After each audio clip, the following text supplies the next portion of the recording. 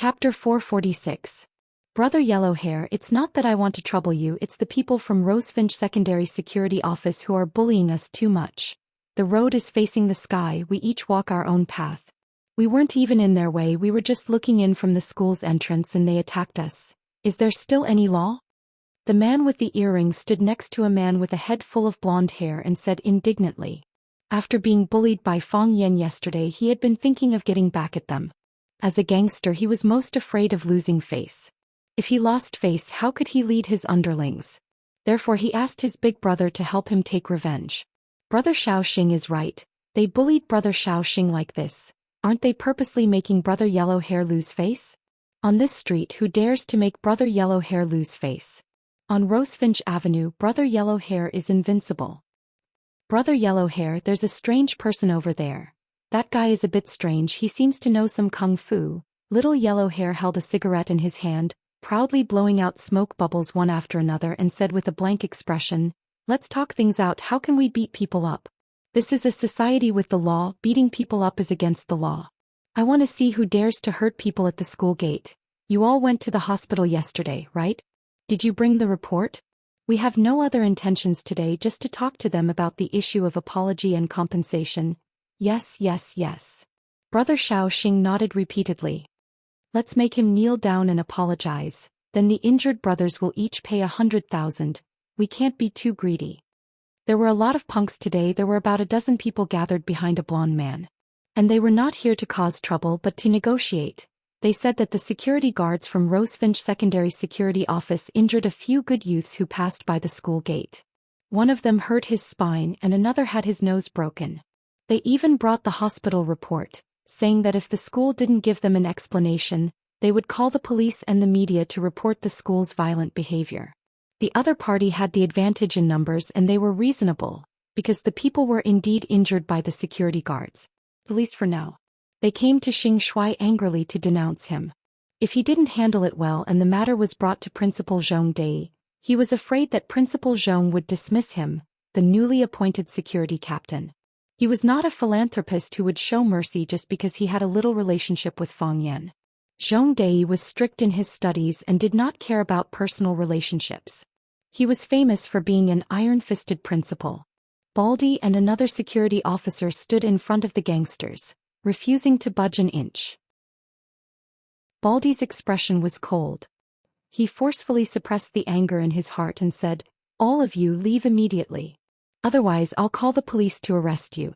This is a school, a place to teach and educate people. If you rascals dare to disturb the students' studies, it's not too much to put you in jail for a few years." The yellow-haired man threw the cigarette butt on the ground and stamped it out. Xiaoxing quickly took out a tissue from his pocket and squatted on the ground to pick up the cigarette butt and wrap it up. He knew Brother Yellowhair's temper. He didn't like people spitting and littering everywhere. He was a successful, high-quality man who cared a lot about the public environment. Xiaoxing put the tissue with the cigarette butt in his hand into the trash can next to him. Then he returned to stand beside the yellow-haired man. The yellow-haired man looked at Baldy and smiled lightly. He said, "Of course we know that the school is a place to teach and educate people. But what's the purpose of letting students learn knowledge? It's to let students understand that if you hit someone you're being unreasonable. Now we're here with the injured to ask you for an explanation. It's a matter of course. Even the law has to protect us. Which law says that ordinary people can't go to the school gate to ask for an explanation? You're quibbling. They were the ones who blocked the school gate to cause trouble. Did they hit anyone?" "No, I didn't." "Did they push you? Or did they attack you in some other way?" "They called me Baldy," Baldy said righteously. "They insulted me verbally." The yellow-haired man glanced at Baldy's bald head and said, "They said you're Baldy. This is indeed their fault. Just because they insulted you verbally, you attacked and injured them? Is this the logic of how you deal with things?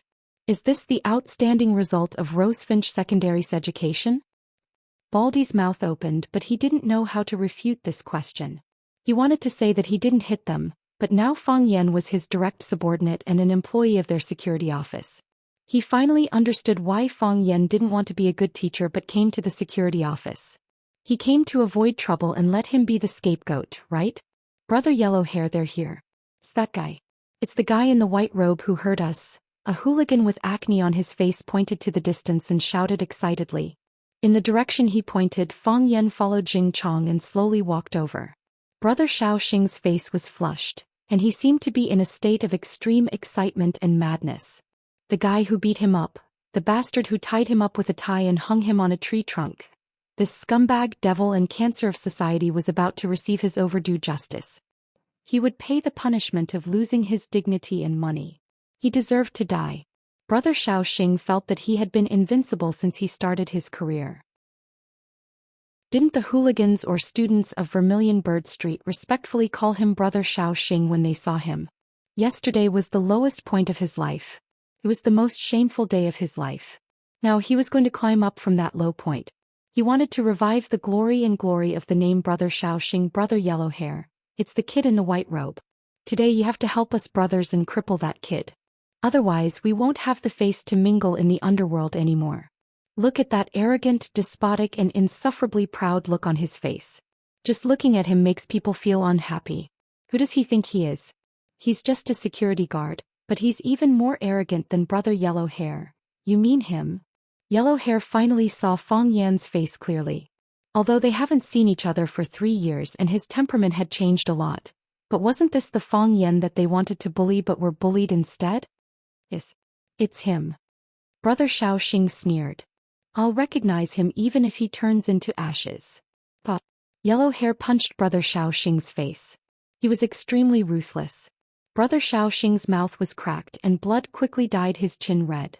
A purple-red fist mark appeared on his white and tender face. Before Brother Xiaoxing could react, Yellow Hair kicked him in the stomach again. Brother Xiaoxing's body stepped back and fell to the ground. Brother Yellow Hair. A group of people looked at Yellow Hair dumbfoundedly. They didn't understand how things developed into this situation. The silly guy with a face full of acne opened his mouth and asked in a low voice, Brother Yellow Hair, did you hit the wrong person? Didn't they come to the security office of Rosefinch Secondary to find trouble with the security guards who hit people? Why did the boss hit his own people now? It's him.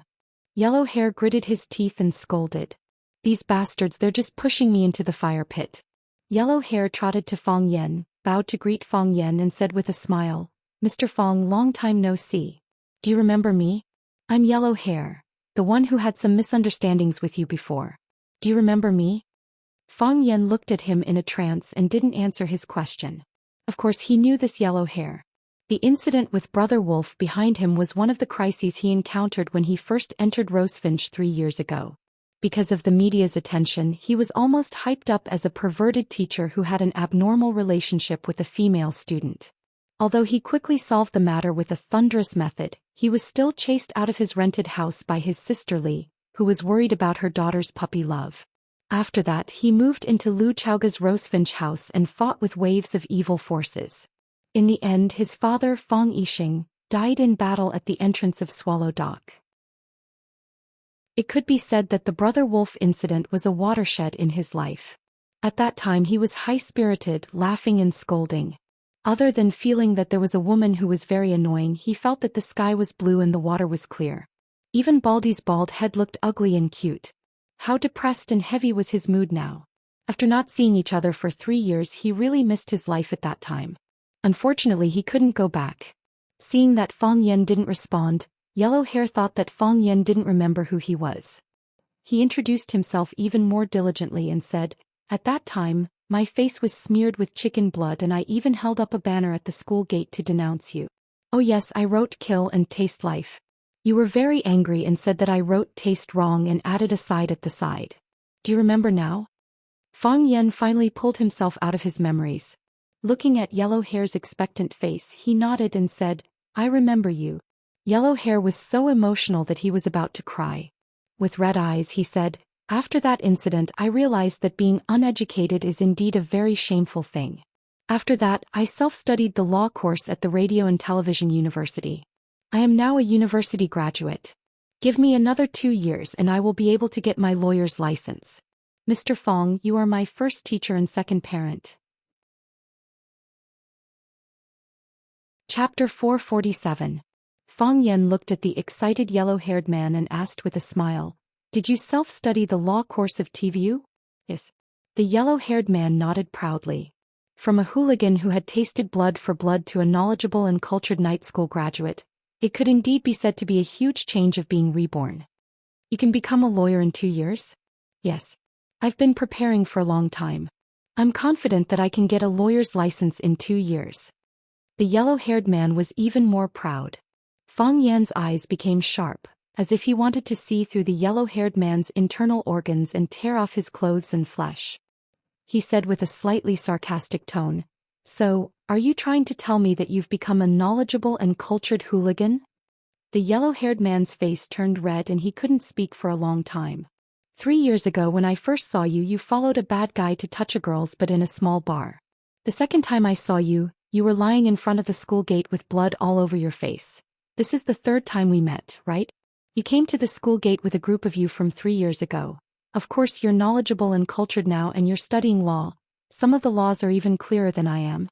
In this field you can be my teacher. You won't say that you're hooligans who caused trouble and harassed the girls in the school. You made them into victims. You're not here to block the school. You said you're here to negotiate and find justice. You used to hate the media but now you know how to use the media. You used to be afraid of the police but now you know how to use the police to protect you. You proudly told me that you self-studied the TVU course and you said that you can get a lawyer's license in 2 years. You've indeed improved and you've grown to a level that I'm impressed with. What do you want me to say to you? To encourage you to achieve anything if you have a will? To praise you for turning over a new leaf? Mr. Fong, I didn't mean that, The yellow-haired man was so ashamed that he couldn't speak. He really hoped that Fang Yan could see his growth and he was also eager for Fang Yan to praise him. Even if she patted him on the shoulder, it gave him the strength to move forward. He had experienced too many things in the past few years. He had fought and injured people, eaten and dashed, went to the police station, patted his wife and touched a little girl's butt. However, those past events were like a wonderful popcorn movie, burning in the treasure house of life. Not a single trace was left. That time he became Brother Wolf's chosen puppet. His face was covered in blood as he lay on the stretcher. Fang Yan angrily pulled him up and used his finger to smear the blood on his face. Then Fang Yan seriously added a side to the word, taste. That scene replayed in his mind countless times, crashing into his soul again and again. The appearance of Fang Yan completely subverted his previous worldview. Before meeting Fang Yan, he thought that Brother Wolf's tattoo of a wolf's head was cool. He thought that his companion Zhang Quandan's lip stud was cool. He thought that little Wolfhound's ability to drink 12 bottles of beer in one breath was cool. He thought that little Pretty Boy's ability to rely on his Lu Dehua appearance to be taken care of by all kinds of rich women was cool. Of course, until now he still thought that little Pretty Boy was cool. He was born with skills that made people envious. However, after getting to know Fang Yan, he felt that Fang Yan was cool when he grabbed the glass bottle in his hand and broke it piece by piece. He was cool when he rushed up and lifted Brother Wolf's body. He was cool when he faced the gangsters and the media. He was cool when he used his finger to smear the blood on his face. Most importantly, he did not have Lu Dehua's face, but many young and beautiful girls liked him. It was as if a candle had suddenly appeared in a dark room, and Fang Yan was the one who had brought the candle to her. He felt that he should change and become a knowledgeable and charming man. So he began to study hard and became the most outstanding graduate of the TV University that year. He liked the law and began to strive for a lawyer's license. All of this stemmed from the influence of the man in front of him. He came to Rosefinch Secondary to look for Fang Yan several times, but he was disappointed every time. Today he was surprised to meet him, but it was in such an awkward situation. Fang Yan looked at the yellow-haired man and said, "If you study hard day and night just to become a cultured hooligan, if you work hard to get a lawyer's license just to defend yourself and your companion's innocence, then I regret reminding you in the first place. I regret teaching you how to arm yourself with knowledge. It's better to let you taste blood. It's also less destructive to society." The yellow-haired man respectfully bowed to Fang Yan and said, "Mr. Fang, I know I was wrong. I relied on what I learned and became arrogant and complacent. I felt that I had a few drops of ink in my stomach, so I wanted to help my brothers to vent their anger. There was a problem with my mentality and there was also a problem with my mind. I didn't use what I learned where it should be used. I'm sorry for your education." Fang Yan's expression softened a little, looked at the yellow-haired man and asked, "What's your name?" "My name is Xianxia," the yellow-haired man said embarrassedly. He also felt that his name was really not presentable. My surname is Hai. My parents used to sell seafood at the ferry, so they named me Xianxia. Xianxia, don't feel ashamed of your name. Fang Yan patted him on the shoulder and said, you should work hard to make your parents proud of your name. Xianxia nodded and said, my parents are already very proud of me. They didn't let me go home a few years ago, but now they call me several times a month and ask me to go home when I have time. They will be even prouder in the future. Fang Yan smiled and turned his eyes to Xiaoxing and the group of minions he brought with him. Where Fang Yan's gaze landed, everyone took a step back in unison. How could they dare to go against a man that even their boss had to bow down to? Xianxian's face was extremely embarrassed. He took the initiative to explain to Fang Yan, Mr. Fang, this matter is indeed our fault. It's up to you to punish or punish us. If it wasn't me you met today but anyone else in the security office, what would you do? Seek justice. Xianxian said frankly. How do we seek justice? Ask them to apologize to the injured and pay for medical expenses. This is the standard method of our brothers in the underworld. Xianxian said. Otherwise make the matter bigger. Most schools don't want negative news to be reported by the media. You guys are good at scheming. Fang Yan said with a smile, I won't beat you or punish you. I'll let you remember this. Mr. Fang, what do you mean? Xianxian had a bad feeling in his heart. He respected Fang Yan, but he was more afraid of Fang Yan. This fear came from the bottom of his heart. It was as if this man could turn into a monster by opening his mouth or waving his hand. Dang dang dang, the school bell rang. There was a brief silence, then the whole ground began to shake. The clamor, the sound of footsteps, and the students rushing out of the classrooms were like a flock of sheep spreading around the school before gathering at the school gate. When they passed by the school gate, they found a strange and eerie scene. More than 10 men lined up in 2 neat lines. They stood on both sides of the gate of Rosefinch Secondary as if they were greeting guests at the entrance of a restaurant. Some of these men had terrifying tattoos, some wore cheap and dense ear studs, and some had colorful non-mainstream hairstyles. These men looked like delinquents at first glance, but they were doing something that did not match their image at all. It's been hard on you, please go home safely. They bowed deeply to the students and shouted together. It's been hard on you, please go home safely. They stood up and performed the same etiquette to the next group of students. It was the peak time for students to enter and leave the school. Just as they raised their bodies, they had to lower their heads again to remind the students who passed by them to go home safely. Oh my god, isn't that the ear stud guy Xiaoxing? He's amazing, I heard he has a lot of underlings. Ah, that big fatso, he asked me for 100 yuan and hasn't returned it to me yet. What's his name again? The one with a scorpion tattoo on his neck is Brother Scorpion. I heard he's a famous gangster in this area. No one dares to mess with him. At that time, the owner of the students' cafeteria quarreled with him and he brought his men to smash the restaurant. The students were stunned by this scene. These hooligans were people they could not afford to provoke in the past. Now they were bowing respectfully to them and asking them to go home safely, in a considerate manner. Did the big bad wolf eat grass now? Many students took out their phones from their pockets in surprise to record this strange scene. It was rare to see such a lively scene. Fang Yan sat in the security booth and drank tea. Baldy and the others stood at the door with their heads held high. They stared at the gangsters with majestic and disdainful eyes. They tried very hard to express to the students that the reason why these gangsters were so docile and did such unreasonable things was because they were conquered by our domineering aura. Baldy's face was full of pride and glory. The few strands of hair on his head were fluttering in the autumn wind. Very silly and very unruly. Chapter 448. Director, how do you feel? Jing Chong approached Baldy and asked in a low voice. I'm all right. Baldy said with a dignified face, looking like a leader. If they didn't have some ability, how could they enter our Rosefinch Secondary Security Office? Do you think anyone can enter our security office? It's high. As high as a 9-story building, Jing Chong said with a smile. Those hoodlums care about their reputation the most. They come to our school all day to show off. Don't they want people to think they're powerful? Today they did something like this and lost so much face. Let's see if they still have the face to wander on this street in the future. I'm afraid they'll hide far away when they see our school's students. Evil never triumphs over good.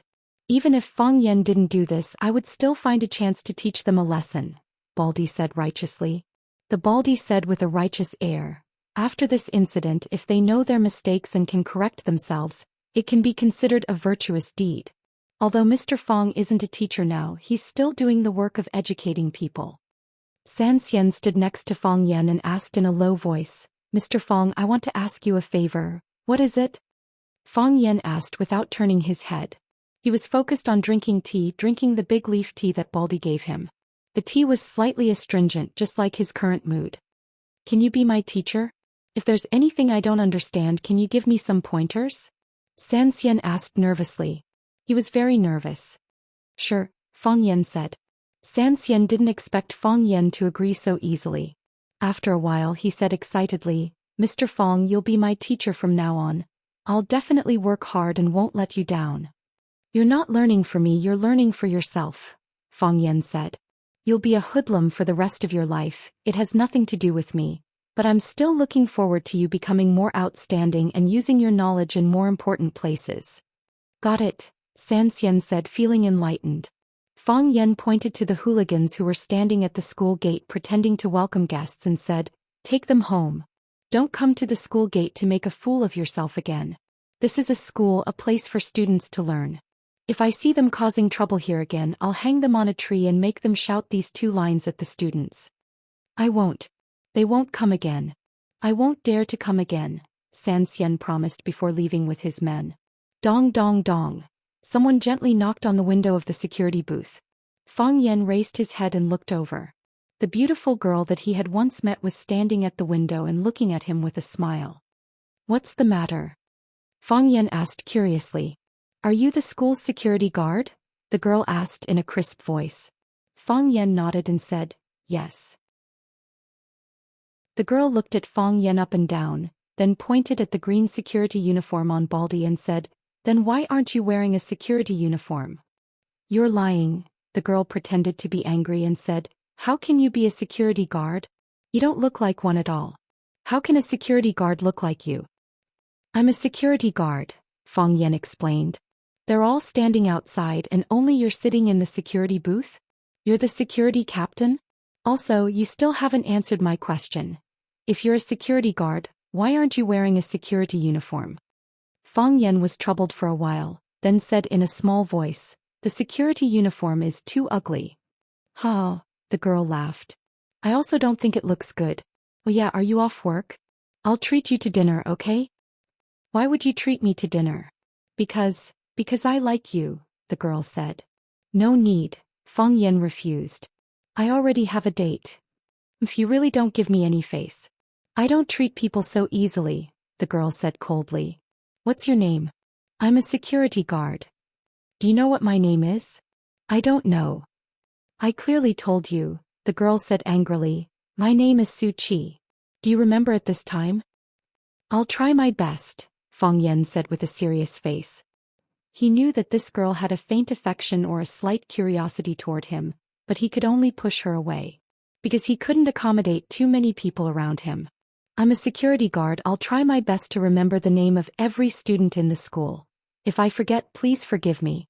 There are too many people and my memory isn't very good. So boring. The girl turned her head and proudly left. When most of the students had left, Baldy walked in front of Fang Yan and said, Mr. Fang, it's time to get off work. Why aren't you going back to dinner? I'm treating my colleagues to hot pot. Do you want to join us? We haven't seen each other for a few years, let's have a drink? After a pause he added, You can call me director at work, but after work we'll call each other brothers. I'm a few years older than you, so I'll be your big brother. There's no need to be so distant between brothers. Fang Yan raised his wrist and looked at his watch. He knew that Lu Chaoga might have already sent a car to pick him up, so he put down the teacup in his hand and said, You guys eat, I won't be going. I'll go back now. Fang Yan and the other 2 colleagues nodded and walked toward the bus stop not far from the school gate. He had an appointment with Lu Xiaoga. Every day after work a car would stop there to pick him up. Fang Yan walked to the bus stop, and there was indeed a large GMC limousine parked there. Before Fang Yan could walk over, a man in black pushed open the car door and jumped out. Mr. Fang, we meet again. The man in black took the initiative to greet Fang Yan. Qin Ying. Fang Yan shook hands with the man in black. Long time no see. Mr. Fang, Miss Lu sent me to pick you up. Qin Ying invited Fang Yan to get in the car. Fang Yan got in the car and Qin Ying followed closely behind. The car was spacious and the view was excellent. Each seat was an independent airline seat, made of Vanilla's superior leather, and had excellent support and comfort. At the same time, it also had electric massage heating and 360-degree rotation functions. Do you want a drink? Qin Ying opened the wine cabinet in front of him, which was filled with all kinds of expensive drinks. There were a few round grooves on the wine cabinet, and 2 rows of crystal-clear slender round wine glasses were inverted. No need. Thank you. Fang Yan said. What do you want to see? Qin Ying asked again. The ceiling was installed with a voice-activated TV, which could watch TV programs from more than 100 countries around the world. I want to rest for a while. Fang Yan said. Then I won't disturb you. Qin Ying finally shut up. Like the early spring awakening urging my heart, can't wait any longer. Empty infatuation moving people's hearts. Happy times, it won't be biased. Blissful time, it will not be partial, will be divided into 2 hearts. The independent headphone system and the car's powerful surround sound system played an old Cantonese song by a Hong Kong and Taiwanese actress. The voice was magnetic and the singing was affectionate, making people feel faintly sad. Fang Yan looked at the scenery outside the window, thinking how beautiful it would be if time could be turned back. Where's Chowga? Fang Yan asked. Miss Lu is in the office, she still has a report to do. Qin Ying answered. She said she'll rush back to have dinner with you. Fang Yan stopped talking and his eyes once again looked at the towering buildings outside the window, and the withered old tree branches on both sides of the road. The autumn wind was cool and the city was full of killing intent. Lu Chowga wasn't having a meeting in the office, but in a bustling supermarket. She was wearing a black professional suit tailored for her by the world's top clothing brand Angel. On her hand was a limited edition Queen's watch produced only 99 pieces by Patek Philippe. This watch was popular all over the world because it was worn by the Queen of England. The Hermès scarf around her neck was intellectual and exquisite, and her high heels were black and shiny, spotless. Such an elegant and beautiful woman stood out like a crane in a flock of chickens. She didn't fit in with the aunties around her who were carrying baskets or pushing shopping carts. Many people looked at her with eyes full of doubt or hostility, and some people even said that she was a mistress who came to buy groceries to please her sugar daddy and so on. Her assistant quietly pushed the shopping cart behind her. In front of them, on the left and on the right, there was an inconspicuous man forming an iron triangle that surrounded her in the middle, so that they could get close to her in the shortest time possible in the event of an accident. Lu Chowga didn't care about her surroundings and she didn't care about the gossip floating in her ears. The sad experience when she was young had long made her heart as strong as the toughest diamond. She held a small piece of paper in her hand, and was carefully studying the scribbled words on it. Scrambled eggs with tomatoes. He doesn't like to eat too sweet food, but scrambled eggs with tomatoes is an exception. Broccoli gravy soup. He drank 2 bowls yesterday and there's no broccoli at home, so we need to replenish some stock. And fish. He ate some of every kind of fish, so which kind of fish does he like? Then let's just buy some of each kind. Lu Chowga kept stuffing the shopping cart with the fresh ingredients she had bought, and the shopping cart was already piled up like a small mountain. Baby vegetables. He likes to eat baby vegetables. Buy more vegetables. Lu Chowga's face was full of seriousness, as if she was doing the most important thing in the world. What she didn't know was that when she bent over to take the vegetables, her full breasts, plump buttocks and sexy waist that curved like a half-moon exuded a fatal attraction. Women who buy groceries are the most beautiful. Chapter 449. Lu Chowga didn't go home, so Fang Yan didn't have anyone to talk to. He sat downstairs and drank a cup of green tea, then returned to his room to fill the bathtub with water and buried his body in the pool. As soon as he entered the state of suspended animation, the voice-activated phone installed next to the bathtub rang. Wow! Fang Yan got out of the pool, picked up the phone and asked, "Who is it?" "Mr. Fang, there's a guest." The voice of the nanny Aunt Lu came over. "Do you want to invite him in?" Fang Yan looked stunned and the big drops of water on his hair slid down his cheeks. Since when did I become half the owner of this villa? When Lu Chaoga wasn't here, did I have the right to receive or expel the guest? Fang Yan was very nervous. He seriously replayed the interaction with Lu Chaoga in his mind again and again. He drank 3 cups of tea, ate 2 meals and said dozens of words. These shouldn't cause her to get pregnant, or make her mistakenly think that he was pregnant, right? Thinking that he was innocent, Fang Yan couldn't drive away the guest who came to visit. Because if his relationship with Lu Chaoga wasn't so close, he had to respect her more and also respect her friends. If Lu Chaoga had become his woman, he could drive away all the guys he didn't like or who were too handsome. Of course, this kind of bullying behavior, which thought that he was nobler than women and loved and protected women, might be scolded as the sand pig doctrine. If there was such a day, Fang Yan didn't mind being a pig. Invite the guest in for tea, Fang Yan said. Okay, Mr. Fang. The nanny quickly agreed. After hanging up the phone, Fang Yan got up and took a cold shower. He wiped his hair and body clean, changed into the white satin clothes that he usually practiced martial arts and went downstairs. Because he had just taken a shower, his face was ruddy and he was in high spirits. Dressed in a white shirt and black shoes, he had an outstanding temperament. When he walked down the stairs, he gave off the feeling of a graceful and beautiful young man. Long time no see. Mr. Fang is still as elegant as ever. The guest put down the teacup in his hand and praised. The man was handsome and had a calm demeanor. There was a faint smile on his face that made people feel as if they were bathing in the spring breeze. His eyes were gentle and deep, making people feel that he was a kind person, but also a scheming person. It was rare to see a scheming and kind person receive such an evaluation. His white shirt was lined with a checkered waistcoat, and his tailored blue suit made him look both businesslike and fashionable. On his wrist was an exquisite watch with a brown crocodile leather belt. Fang Yan couldn't recognize the brand of the watch, but he really liked it. One of the 4 young masters of Flower City, Jiang Lu. Fang Yan had been silent for 3 years and had also disappeared for 3 years. His mentality and temperament had undergone earth-shattering changes, but his old friends were also growing at a speed visible to the naked eye. The Jiang Lu sitting in front of him might still have the name of the 4 young masters of Huaqing, but Fang Yan could be sure that the Jiang Lu now was no longer the Jiang Lu of the past. While Fang Yan was sizing up Jiang Lu was also sizing up Fang Yan. The 2 men's gazes met in the air and then they smiled knowingly. Fang Yan walked in front of Jiang Lu and said, "Eldest young master Jiang, you flatter me. Our Fang family is a small family, and we don't have any temperament or elegance. On the other hand, eldest young master Jiang is reserved and has an extraordinary temperament. One look and I can tell that you have the demeanor of a great family." Jiang Lu laughed heartily and said, "I can treat other people's praise as a cool breeze, and it's over after hearing it once. But if Mr. Fang is willing to praise me, then I will accept it. This isn't something that happens often." "Of course." Fang Yan nodded. "We're mortal enemies after all.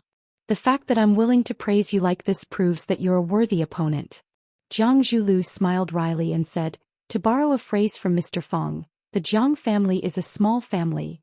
Mortal enemies are too heavy a burden for us to bear." Fang Yan sat down on the sofa across from Jiang Lu, and Aunt Lu brought him a cup of hot tea. Miss Lu said that Fang Yan liked green tea, so she had prepared the best white tea before he came. It cost 10 or 20,000 taels of gold. Only after Aunt Lu left did Fang Yan turn to Jiang Lu and ask, "You're not here to see me, are you?" "I am," Jiang Lu said with a smile. He took out 2 elegant but fragrant invitation cards from his pocket, got up and handed them to Fang Yan. He said, "I wanted to invite Chaoga alone and pretend that she didn't know you were back in Huaqing. But I think that's a little petty, as if you still can't let go of what happened back then.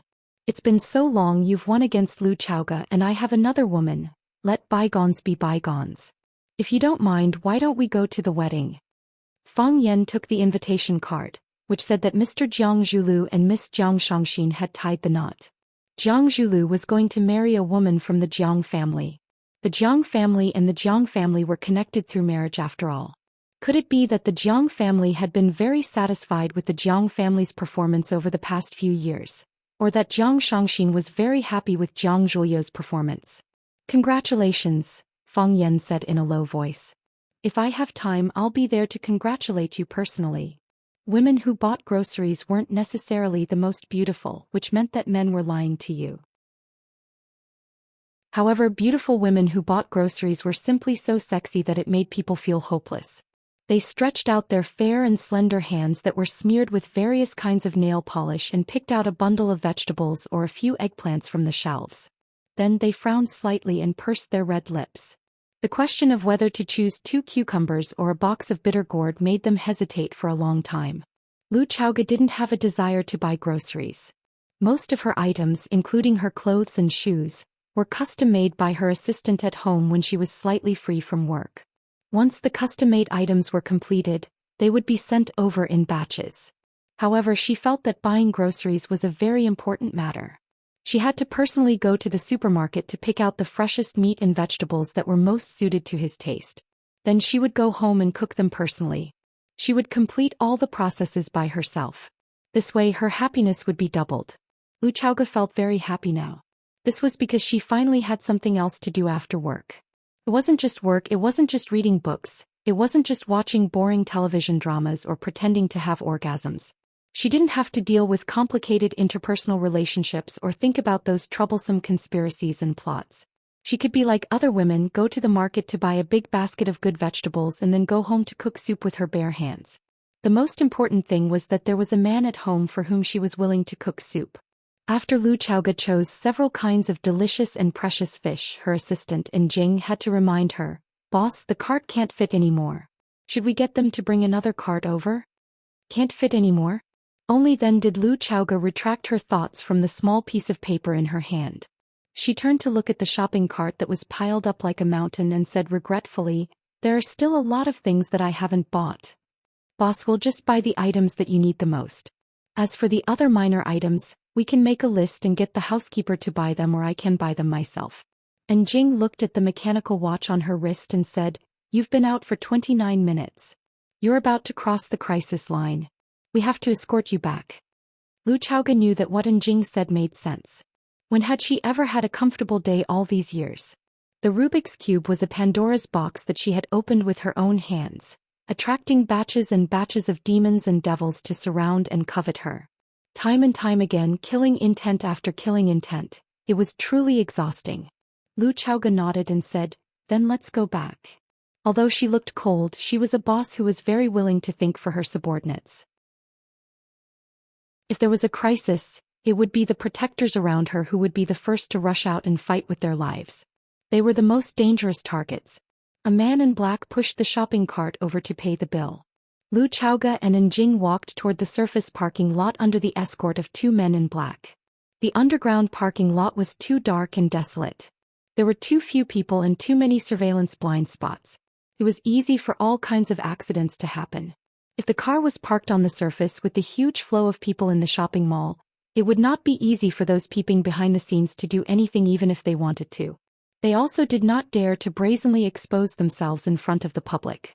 The engine of the custom-made bulletproof Mercedes-Benz was on. The driver in the driver's seat could start the car at any time to evacuate or drive the car anywhere to pick someone up. Sitting in the passenger seat was a middle-aged man who wore glasses and looked like a bookworm. His nickname was Bookworm. He constantly patrolled the area to prevent any suspicious people from approaching. A man in black opened the car door and Lu Xiaoga bent down to get into the car. And Jing sat beside Lu Xiaoga as the car door closed. The Mercedes-Benz slowly started up as another escort car followed behind it. The car drove out of the bustling shopping mall and onto the main road, heading for the flower district where Lu Xiaoga's villa was. And Jing felt an itch on her head. She reached out and grabbed a black bug. "Why is there a fly here?" And Jing exclaimed. "Gotcha!" The fly's body suddenly exploded.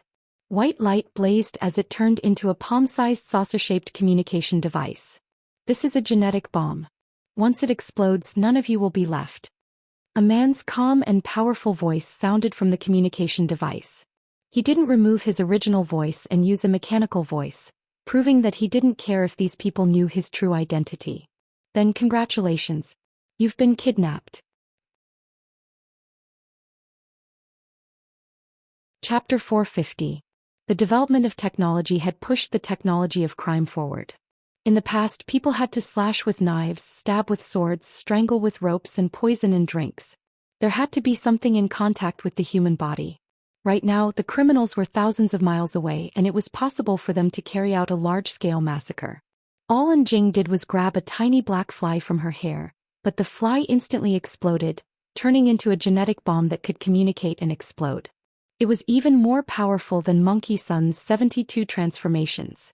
Lu Chaoga had been busy with the research of the Rubik's Cube in recent years, so it was impossible for her not to know the notoriety of the genetic bomb. And Jing was originally an outstanding graduate of a famous university. After interviewing for a job at Chaoyan Technology, she was placed in an important position by Lu Chaoga and promoted to a business assistant. Over the years, she had followed Lu Chaoga and seen too many conspiracies and hunts. She also had a deep understanding of the genetic bomb.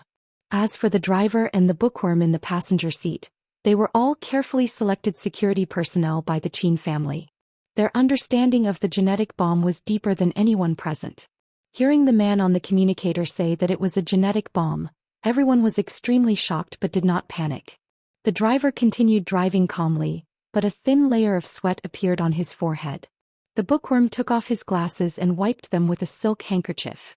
When he put them back on, his eyes that looked casual earlier were now emitting a frightening and fierce light. There was an alarm system on his glasses. If there was a crisis in the car, he could send a message through the glasses in time. At the very least, the guard car following behind didn't know if anything had happened here for the time being. If they could receive the alarm, they could take timely action or report the kidnapping to a higher-level figure.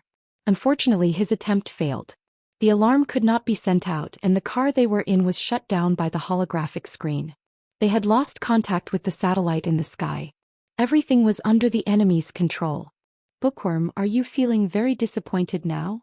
A man's pleasant but disgusting voice came from the communicator.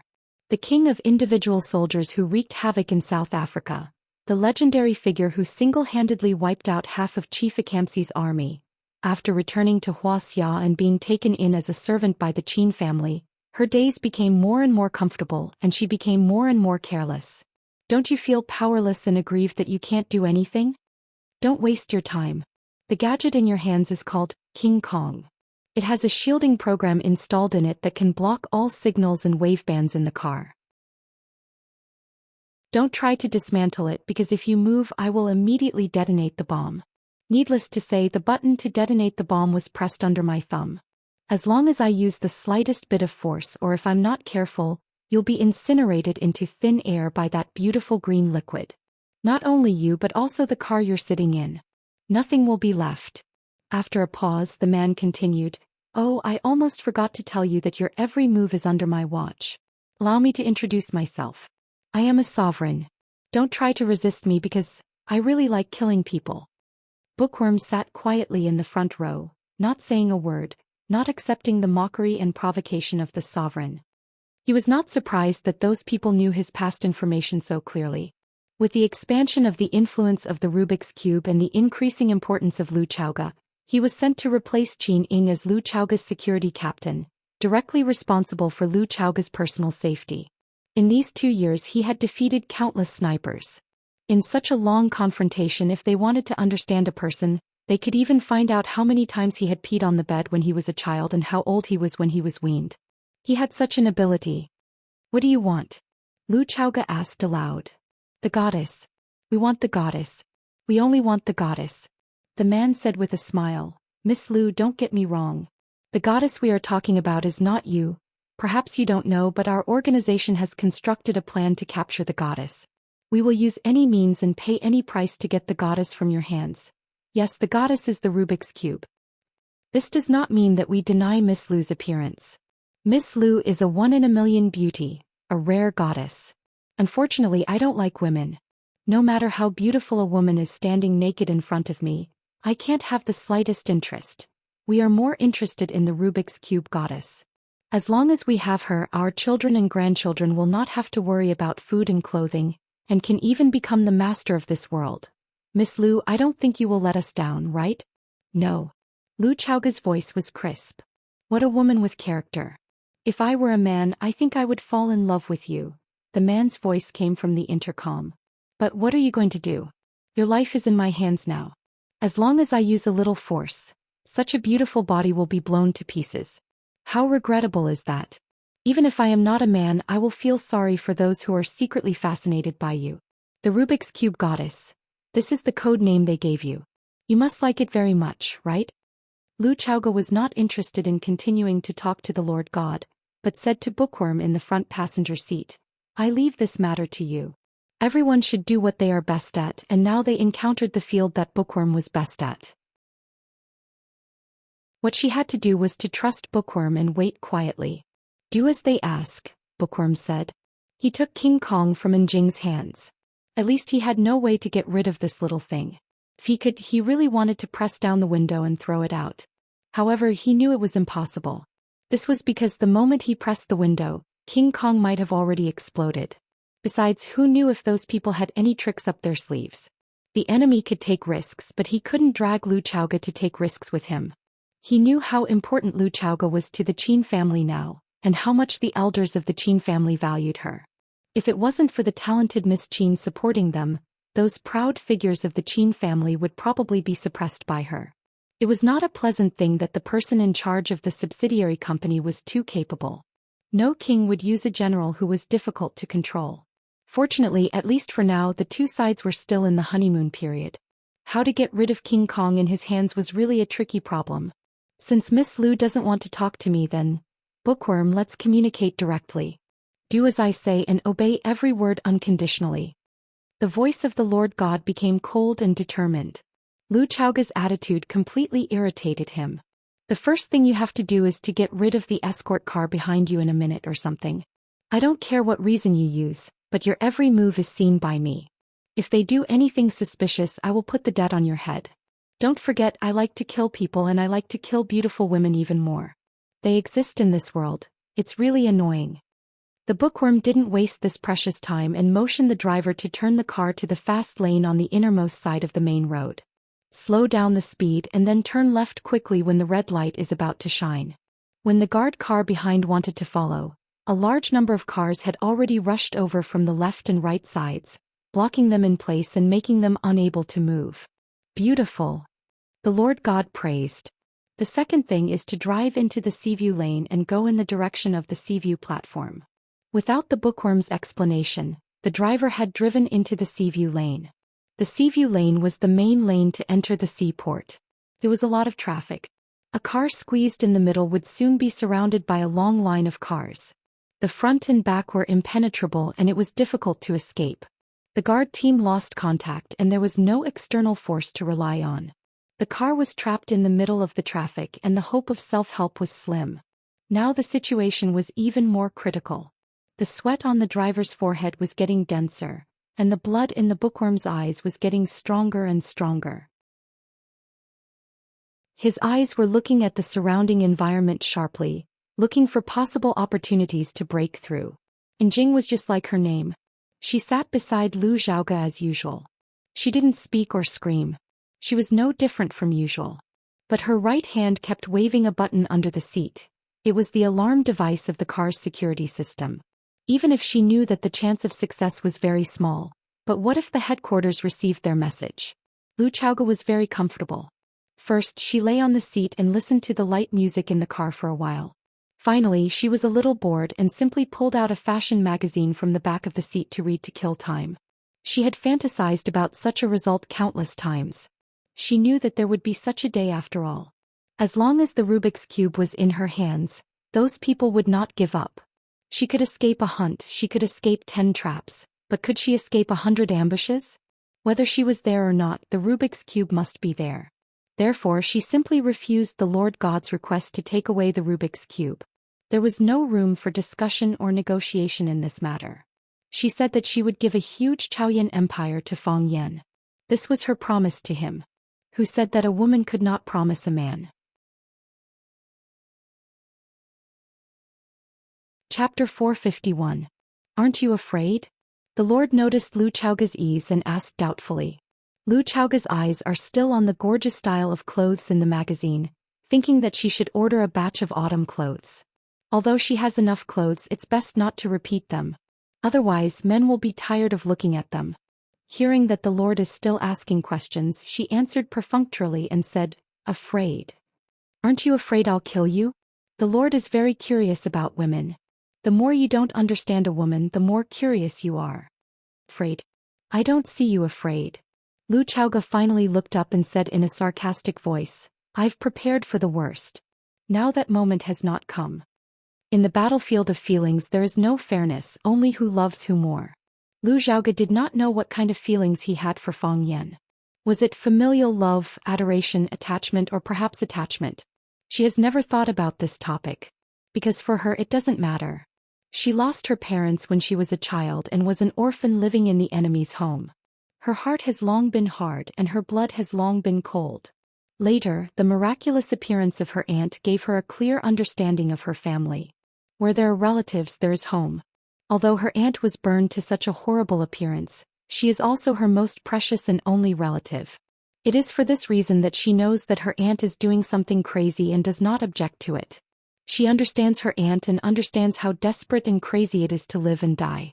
However, her aunt who loves her the most is also dead. If no one in the world loves you, then find someone you love. Fortunately, there is Fang Yan. The man who was betrayed by her, the man who blocked the knife for her, the man who pulled her out of the mud again and again. If there is still light in the world, it is the place where Fang Yan is.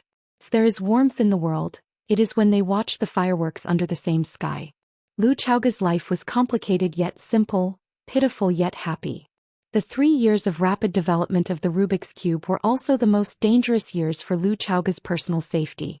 Countless conspiracies, countless traps, countless fire pits, countless assassinations, countless poisons and drinks, but she had survived them all. She did not complain and no one would listen to her. She had never thought of retreating. She had nowhere to retreat to. She had escaped too many times. She was lucky. This time she did not avoid it. That was her fate. Sometimes luck and fate were just a step apart. The Lord was silent for a long time.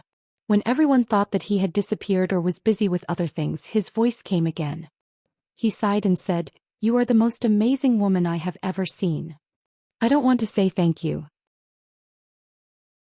When faced with a hostage who had kidnapped you, even if he praised you as the most beautiful woman in the world, you wouldn't have any good impression of him. Lu Chaoge's eyes had turned to the magazine again, and she had lost interest in talking to the Lord God. She just couldn't understand, how could there be such a long-winded kidnapper? Didn't he understand that talking too much leads to mistakes? The more you talk, the easier it is to expose your own information and give the opponent a chance to take advantage of it. Mr. Bookworm, oh, perhaps it is more appropriate to call you Mr. Tiger? Now, I need you to do a very important thing. You don't mind self-dormancy, do you? The voice of the Lord was teasing. You know, your existence is a threat to us. We don't want to go to the devil's cave. You are still alive and several young men can't get close. Thank you for your attention to me. The bookworm said coldly. He pressed the watch button on his wrist and a thin needle popped out of the watch's steel hole. He pricked the acupuncture point on his neck with the thin needle, and his body immediately collapsed on the seat. Thank you for your cooperation. The Lord God said to the unconscious bookworm. Turn left at the first intersection ahead. There is a big truck parked on the roadside. Drive your car along the iron plate into the truck. The Lord God's words were obviously directed at the driver. Because now only the driver can execute his order. Lu Chaoge did not speak and the driver would not refute. He turned the steering wheel smoothly, and then drove their Mercedes-Benz through the iron plate into the truck compartment. Clang! The truck door closed automatically and the compartment was as dark as night. The dashboard of the Mercedes-Benz flashed a faint green light, and the faces of several people in the car were as gloomy as ghosts. They felt that the truck began to move, driving to a distance that no one knew. Devil's Cave? What is that place? You don't hit a smiling face. Jiang Zhulu has been smiling and his posture is very low so that Fang Yan can't reach out and hit him in the face. Fang Yan doesn't like Jiang Zhulu, and he doesn't like his father Qiang Longtan even more. Even quite disgusted. The father and son of the Jiang family are both hypocrites. Just because there is no evidence for something doesn't mean it didn't happen. When her aunt died, Lu Chaoge was heartbroken and the courage to survive was to revenge. She wants to repay the pain the Jiang family gave her tenfold, 100-fold. After 3 years, Jiang Zhulu came to invite Fang Yan and Lu Chaoge to attend his wedding, pretending that nothing had happened. What kind of drama was he putting up? Hearing that Fang Yan is willing to make time to attend his wedding, Jiang Zhulu was very happy and said with a smile, "Mr. Fang, your name shook watching 3 years ago, and even after 3 years, there are still all kinds of legends about you in Huaqing. If I can invite Mr. Fang to attend my wedding, it will definitely add a lot of color to the wedding banquet. When the time comes, I will definitely toast to you a few more times." Fang Yan shook his head and said, "I don't drink. I've already quit." Jiang Zhulio's smile gradually disappeared and he said with a regretful expression, "I've heard a little about your father. He is a true hero. The dead are long gone and the living are like this. I'm sure uncle has another kind of fun in heaven. Don't be too sad while you're alive." Fang Yan looked at Jiang Zhulu and said, "What kind of fun is there in heaven? Why don't I send you up there to take a look?" Jiang Zhulio's expression was very awkward. "Do you know how to talk? How can I continue this kind of conversation? The human world is fine. Why do I have to go to heaven? If you want to go up there and accompany your father." "I'm just joking, don't mind me," Fang Yan said with a smile. "We're friends, why would I send you up there? I'll send anyone who sends my father up there. You didn't harm my father, did you? Why would I do such a thing?" Jiang Zhulu said with a face full of anger. "Don't harm your family. What grudge do I have with you? Why would I do such a thing to your family? I also hope that Mr. Fang can find the real culprit and avenge your father. At that time I will naturally accompany Mr. Fang and get drunk." "Thank you," Fang Yan said. "I don't drink. At that time I'm sure Mr. Fang will be willing to drink to his heart's content." Jiang Zhulu was about to leave when Qin Ying suddenly barged in through the door. His face was ashen and it was obvious that something big had happened. "What happened?" Fang Yan had a bad feeling in his heart. Qin Ying quickly walked in front of Fang Yan and said, "I just received a call from the guard team. They lost contact with Miss Lu's car. 3 minutes ago." "Tell me in detail," Fang Yan said coldly, suppressing the anger in his heart.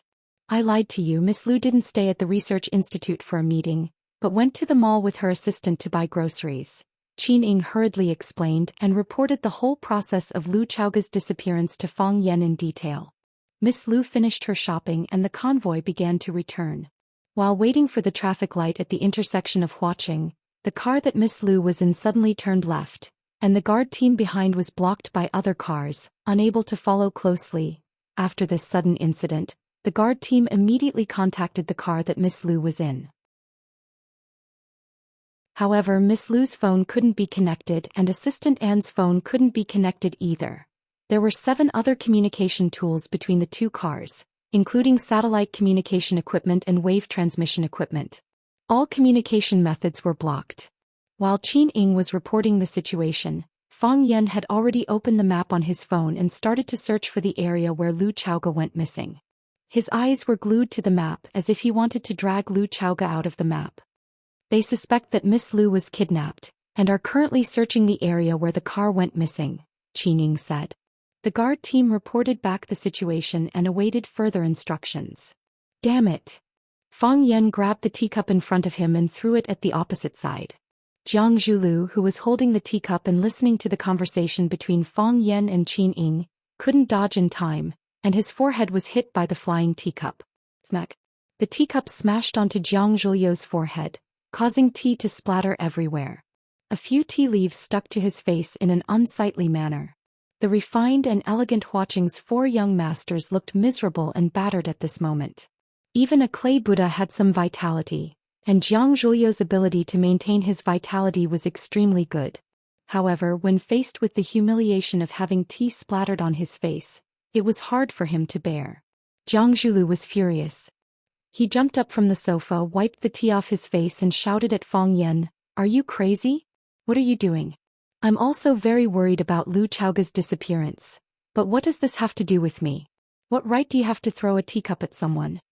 After flying into a rage, Fang Yan calmed down a little. He looked at Jiang Zhulu guiltily and said, "I'm sorry, I was too angry." Chapter 452. You're angry? Shouldn't I be? Can I hit someone just because I'm angry? Can I hit you just because I'm angry? Jiang Zhulu didn't believe Fang Yan's bullshit about hitting someone because he couldn't control his emotions. This guy didn't play by the rules and he had been beaten up by him several times 3 years ago. Every little move he made had a deep meaning behind it, and he didn't realize it until the truth was revealed. Now he was hitting him with a glass. What was he trying to do with Lu Chaoga's disappearance? Jiang Zhuliu's hair stood on end and a chill ran down his spine. His extreme wariness of Fang Yan made his anger disappear and he calmed down as well. Fang Yan sat back down on the sofa and looked at Jiang Zhulu like a lone vulture. I went back to Huaqing yesterday and you came to give us an invitation today and then Chaoga was kidnapped. Jiang Zhu, how can I believe that you have nothing to do with this? It's a coincidence. It's all a coincidence, Jiang Zhulu said firmly. Jiang Zhulu said firmly. He didn't want to have anything to do with the kidnappers. I feel bad that something like this happened in Chaoga. Chaoga is your lover and she's also my family. I can promise you that I have nothing to do with this. If I had decided to kidnap Lu Chaoga today, would I have come to give you an invitation and let you humiliate me like this? That's hard to say. Fang Yan stared at Jiang Zhulu as if there was a flower on his face. You and your father conspired to kill Chaoga's parents, but didn't you pretend to adopt her for so many years? Fang Yan, don't slander me. You need evidence. What evidence do you have to prove that we killed Lu Chaoga's parents? What evidence do you have to prove that I was the mastermind behind Lu Chaoga's kidnapping? If you keep trying to frame me, I don't mind suing you for slander. You won't get a lawyer. Fang Yan said calmly, because you know very well in your heart that if you sue me because of this matter, it will only cause a big uproar.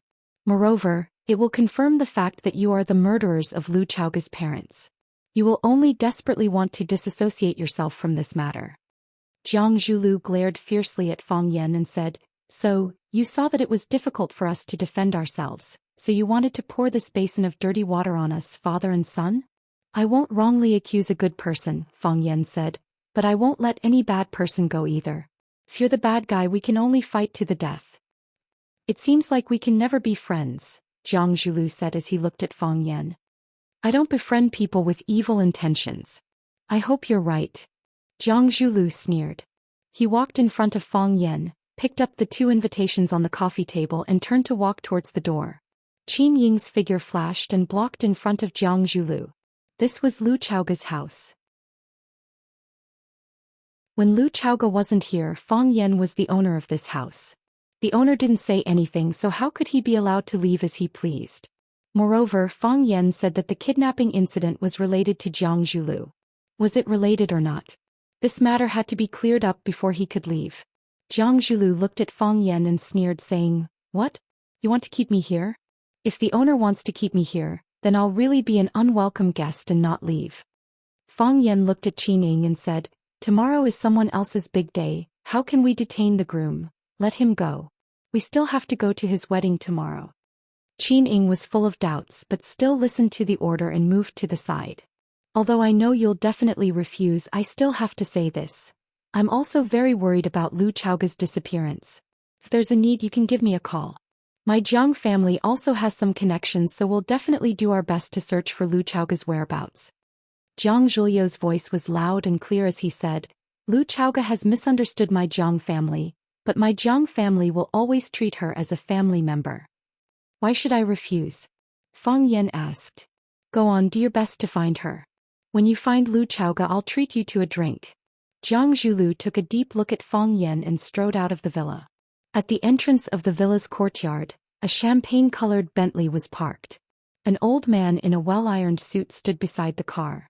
When he saw Jiang Zhulu coming, he immediately opened the door of the KI in a gentlemanly manner. Jiang Zhulu got into the back seat of the car and the old man gently closed the door. After the old man sat down in the front passenger seat, the Bentley slowly drove out of the neighborhood. Young master, you've been wronged, the old man said softly as he handed over a white and soft silk handkerchief. When Jiang Zhulu went in, he had an extraordinary bearing, but when he came out he was extremely angry. It was obvious that the conversation inside wasn't very friendly. Jiang Zhulu took the silk handkerchief and wiped the water stains on his face and clothes. He said with a light smile, Fang Yan is a mad dog. He bites anyone he sees and he changes his attitude faster than flipping a page. He's just like that and I've known him for a long time. He bears a grudge against you, young master, the old man said. Hatred is like a seed. The longer it lasts, the higher it grows. In the end, it will become a towering tree. He never thought of becoming friends with young master, so his words and actions are unrestrained. This kind of person is the most taboo because no one knows when he will turn hostile. And when he turns hostile, he won't show any mercy. Let him be, Jiang Zhulu said. However, there's a piece of news that we should pay attention to. Lu Chaoga has disappeared. It's very likely that she's been kidnapped. Young master, do you have a suspect? No country can do without 3 types of people. Those with guns, those with pens, and there's also an idiot. Jiang Zhulu glanced at the Lu family's small building that was gradually getting further away and said, I really want to know which idiot is helping the people get rid of a pest. You'll find out eventually, the old man comforted him. When the time comes, young master will treat him to a drink. Longtu Clubhouse. This was a luxurious business clubhouse that Longtu Group had invested nearly 1 billion to build. It was also named after Longtu Group and was one of the most private and high-end gathering places in Huaqing. Longtu Group was named after the names of its 2 founders, Qiang Longtan and Lu Mingtu. Lu Mingtu died young and the 2 in Longtu Group's name had been missing. However, Qiang Longtan was extremely capable and turned the tide. He single-handedly propped up the company and led Longtu Group to carve out a big place in the new energy field. Of course, their good days ended 2 years ago. That was because another energy company had risen rapidly and lit up the entire sky like a comet. Xiaoyan Technology, the energy technology company with the logo of 2 small red flames burning above and below, appeared out of nowhere. As soon as they appeared, they charged forward with an unstoppable, invincible stance, sweeping away everything in their way. They were not only a nightmare for Longtu Group, but also a nightmare for energy companies in Wuxia and even the entire world. Under the suppression of Xiaoyan Technology, although Longtu Group was not as powerful as it used to be, it still used Qiang Longtan's magical operating methods and a large amount of financial support to wantonly merge with Shou Group, firmly occupying the 2nd place in the energy field in Huaqing. The 1st and 2nd place were natural enemies. The 2 companies fought fiercely against each other repeatedly. The chairman of Longtu Group, Qiang Longtan, had publicly announced through the media that if possible he was very willing to expand the scope of cooperation with Xiaoyan Technology.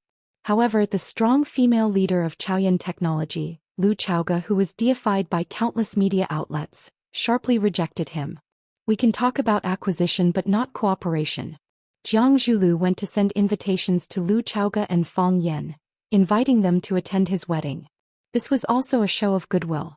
Lu Chaoga was pressing hard and the Jiang family's days were not going to be easy. That woman was full of murderous intent. She was determined to take down Longtu Group. Unfortunately, it was unknown whether Lu Chaoga's luck was too bad, or whether Jiang Zhulu did not look at the almanac when he left the house. He and Fang Yan were chatting happily when news of Lu Chaoga's kidnapping came. This way, the Jiang father and son's goodwill intentions were thrown into a frozen lake. Sending invitations on the day Lu Chaoga was kidnapped. Who would believe that you had nothing to do with this matter? Today, Longtu Club was not open to the outside world, because the son of Longtu Group's big boss, Jiang Zhulu, was going to hold his wedding here. The seats were full and luxury cars were everywhere. As one of the 4 oldest families in Huaqing, they naturally had a deep foundation and a huge network of connections. High-ranking political officials, wealthy tycoons, celebrities all shone brightly, illuminating the night sky of Huaqing. Longtu Club was decorated with lanterns and streamers, and the largest hall, Phoenix Coming Morning Hall, was a sea of fresh flowers. Hundreds of thousands of fresh flowers formed a beautiful rural landscape. The closer they were to the front of the stage, the higher their status and seniority. Some of the young people who came to support were arranged slightly further back.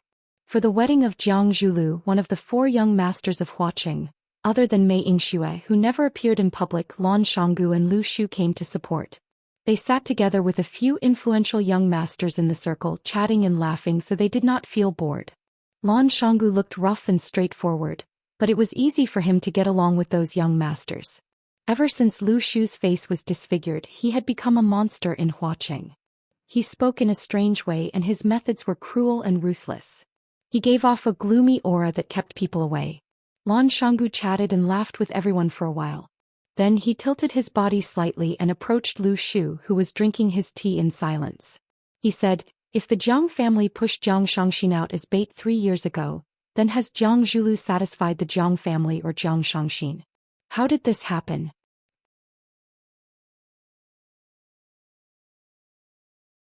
Chapter 453. You have a close relationship with the Jiang clan. Is there a story behind this? Lan Shanggu looked at the willow tree and asked curiously. The Lu clan and the Jiang clan were related by marriage. Lu Shu and Jiang Zhulu were cousins. However, because of the Rubik's Cube, the little goblin that was hard to control, the two clans often fought against each other. They knew that if they didn't expose the truth, they could still be relatives.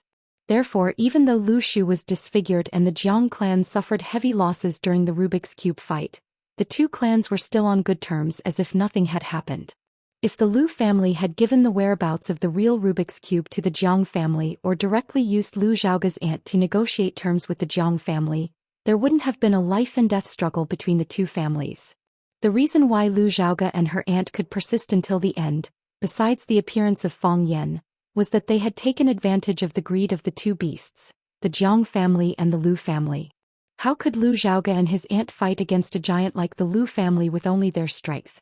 Without the Lu clan's support, aunt would have died long ago. Lu Zhaoga would have had no choice but to marry someone else. Of course, if it weren't for the Jiang family, the Lu family would have used all means possible to force Lu Zhaoga and her aunt to hand over the Rubik's Cube. Those two women were trying to walk a tightrope and they actually succeeded in the end. In the end, the truth came out. The Lu clan knew they were tricked and the Jiang clan knew they were tricked. No matter how warm and natural their smiles were when they shook hands, how could there be no grudge between them? Lu Shu didn't like Jiang Zhulu. Outstanding people probably didn't like equally outstanding people. Hearing Lan Shanggu talking about the secret history of the wedding, the corner of his mouth curled up into a mocking smile. He sneered and said, "Jiang Zhulu can't deal with Fang Yan, but can't he handle a woman?" Lan Shanggu gave Lu Shu a thumbs up and said, "That's a fair comment." However, this woman was no ordinary woman. She was a woman from the Jiang family. Who in Huaqing didn't know about the relationship between the Jiang family and Fang Yan? Although we brothers weren't there were hundreds of people who witnessed the big drama that happened in Yanjing City. For a period of time, calluses grew in my ears. What Fang Yan forced Jiang Junling to abdicate, what Jiang Junling defeated the grassroots hero, and what they were fighting over a woman. What kind of rumors didn't I hear? You've heard a lot, haven't you? Lan Shanggu lowered his voice and whispered, "Jiang Zhulu has married a woman from the general family. Is he preparing to fight to the death with Fang Yan? What does the Jiang clan have to do with us?" Lan Shanggu smiled bitterly and said, "If it was in the past, we could drink red wine and watch the show. The more intense the fight, the better. But now we can't do that. Both of us are partners of Chaoyan Technology and distributors of Chaoyan's products. Who does Chaoyan Technology belong to? On the surface, it seems to belong to Lu Zhaoga, but in reality, it belongs to the Qin family. But what is the relationship between Qin family's Lu Zhaoga and Fang Yan? In the end, their surname is Fang.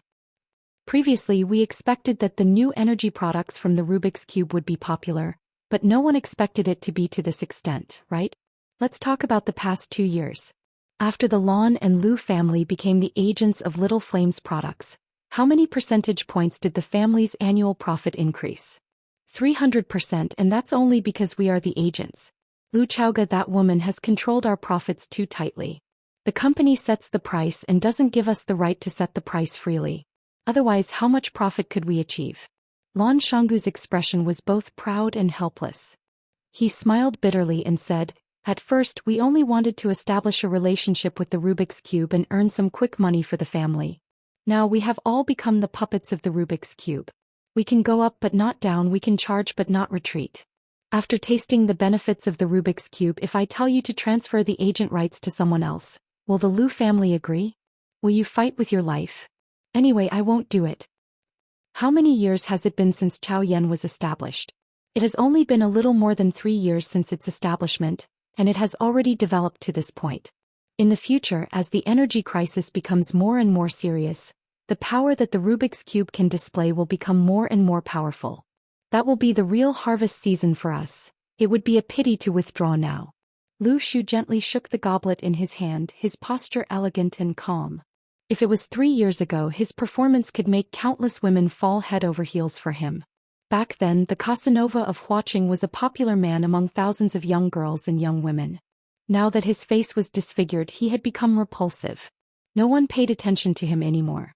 Some women who used to be close to him accidentally glanced at him and immediately showed a reserved smile. They picked up the goblet in front of them and made a gesture to invite him to drink. Before swallowing a mouthful of wine, they had already turned around, no longer with the seductive eyes that said, "I'm free tonight." Some women said that they liked his talent and inner qualities, but it was all nonsense. In the end, this was a world of face. You want to play with the Rubik's Cube, but the Rubik's Cube may not be willing to play with you. How did we sign the agency contract? Every 3 years. Now is the 2nd year after next year. Zhou Xian wants to change agents. What can you and I do? Lu Shu said with a face full of disdain. Lan Shanggu laughed and said, "So, aren't I hugging Fang Yan's thigh? If he is willing to help us, Lu Chaoga won't even say a no." You didn't see the look in Lu Chaoga's eyes when she mentioned Fang Yan. "Oh, what's so good about that kid?" "Whether he's good or not, I don't know." Lu Shu slowly sipped the red wine in his glass, maintaining his unique pace, which seemed a little out of place with the surrounding environment. "But he definitely won't be bad to Lu Chaoga. A woman will fall in love with a bad man, but she will never fall in love with a man who treats her badly." Hit the nail on the head.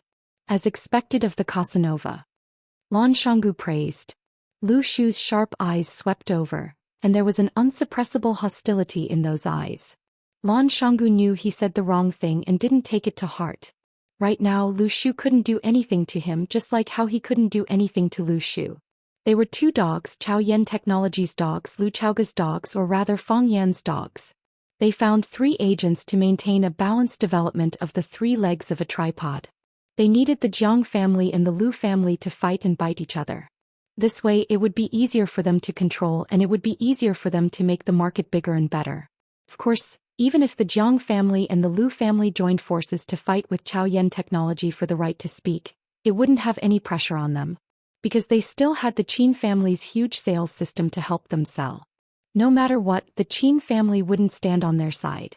Unless the Qin family wanted to become the biggest shareholder of Chao Yan, and join forces with the Jiang family and the Lu family to force Lu Chaoga to abdicate.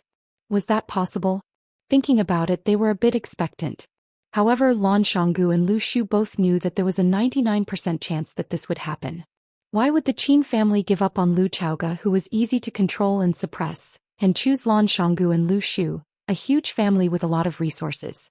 Everyone understood the logic of not being able to get rid of a big family. "Don't joke with me," Lu Shu said with a gloomy voice.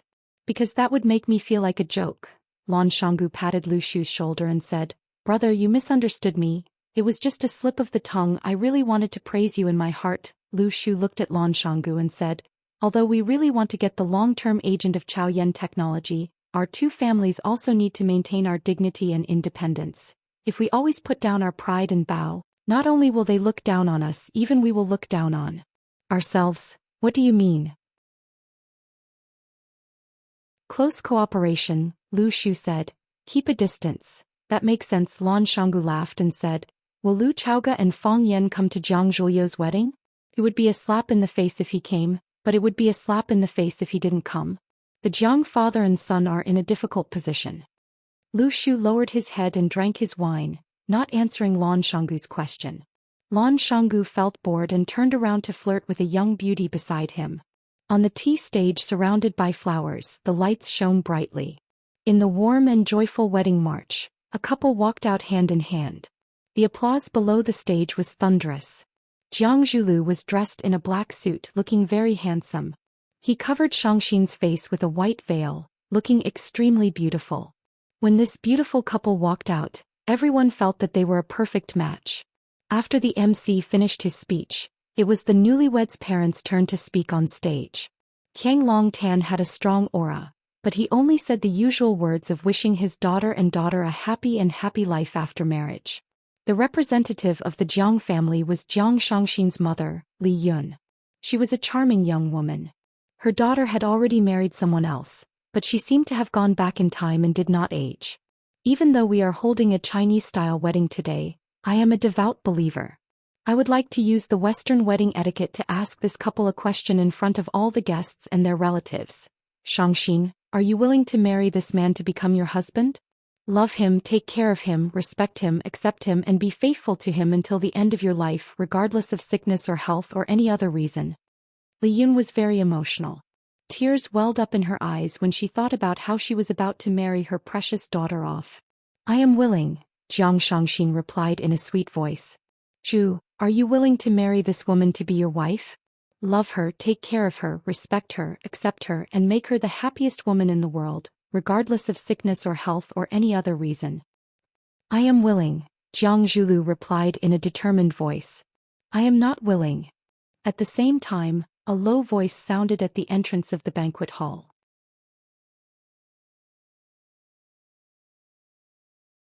Chapter 454. I don't want to. These 4 words were like a clap of thunder that pierced through everyone's ears. It was like a bolt of lightning that pierced through everyone's field of vision. At such a sacred and blissful moment, wasn't someone purposely causing trouble by shouting, I don't want to, in such an ear-piercing voice? There was an uproar and everyone turned around to search for the source of the voice. It wasn't a child's careless words, nor was it a mischievous prank from a mischievous person. Someone was really opposing this marriage. Could it be Jiang Zhuliu's lover? Apart from such a relationship, who else would stand up to oppose someone else's marriage? However, the person who shouted was obviously a man. Or was Jiang Zhulu a double? Or was this man here to disrupt the wedding because of Jiang Xianxia? Li Yun looked at her daughter worriedly. If things were really as she had guessed, this would be a huge scandal for the Jiang family. No matter how highly her father was regarded by the Jiang family, he would probably be severely punished. Jiang Xianxia felt her mother's worried gaze and shook her head slightly. She indicated that this matter wasn't what she had imagined. Li Yun was then relieved. As long as it wasn't a problem on her daughter's side, it would be a problem on the Jiang family's side. If there was a problem on the Jiang family's side, they would have an excuse to fly into a rage. It might even bring about some benefits for their family. The man stood at the entrance of the banquet hall. As the lights were shining, only a blurry shadow could be seen at the entrance. He walked over step by step from the darkness to the light. His silhouette gradually became clearer, and it was completely presented to the guests. He had returned to the public eye after leaving for 3 years. Finally, someone remembered who he was. Ah, he is Fang Yan, the teacher from Rosefinch High School. He is back again. His martial arts skills are very good and he even fought with the Japanese sword god. Do you remember? Didn't I say, why is he back again? Don't tell me, he and Jiang Zhulu. He wore a white shirt and cloth shoes and his black hair was flying in the wind. His spine was straight and he looked prouder than everyone else. He walked toward the podium step by step. His footsteps were light and his body was agile. Many people discovered this strange situation. They realized that watching a man walk was a very pleasing thing to the eyes. Women were not the only ones who thought this way. Even men felt that he was walking a beautiful path. He walked in an imposing manner and was as elegant as an immortal. Fang Yan stood below the stage, his handsome face slightly raised. He looked at the newlyweds and their parents standing on the stage and said firmly, I don't agree. He said again, I don't agree. Jiang Zhuliu's expression was extremely ugly as he forcefully suppressed the anger in his heart. He stared at Fang Yan and said, Fang Yan, if you're here to bless and drink, I'll warmly welcome you.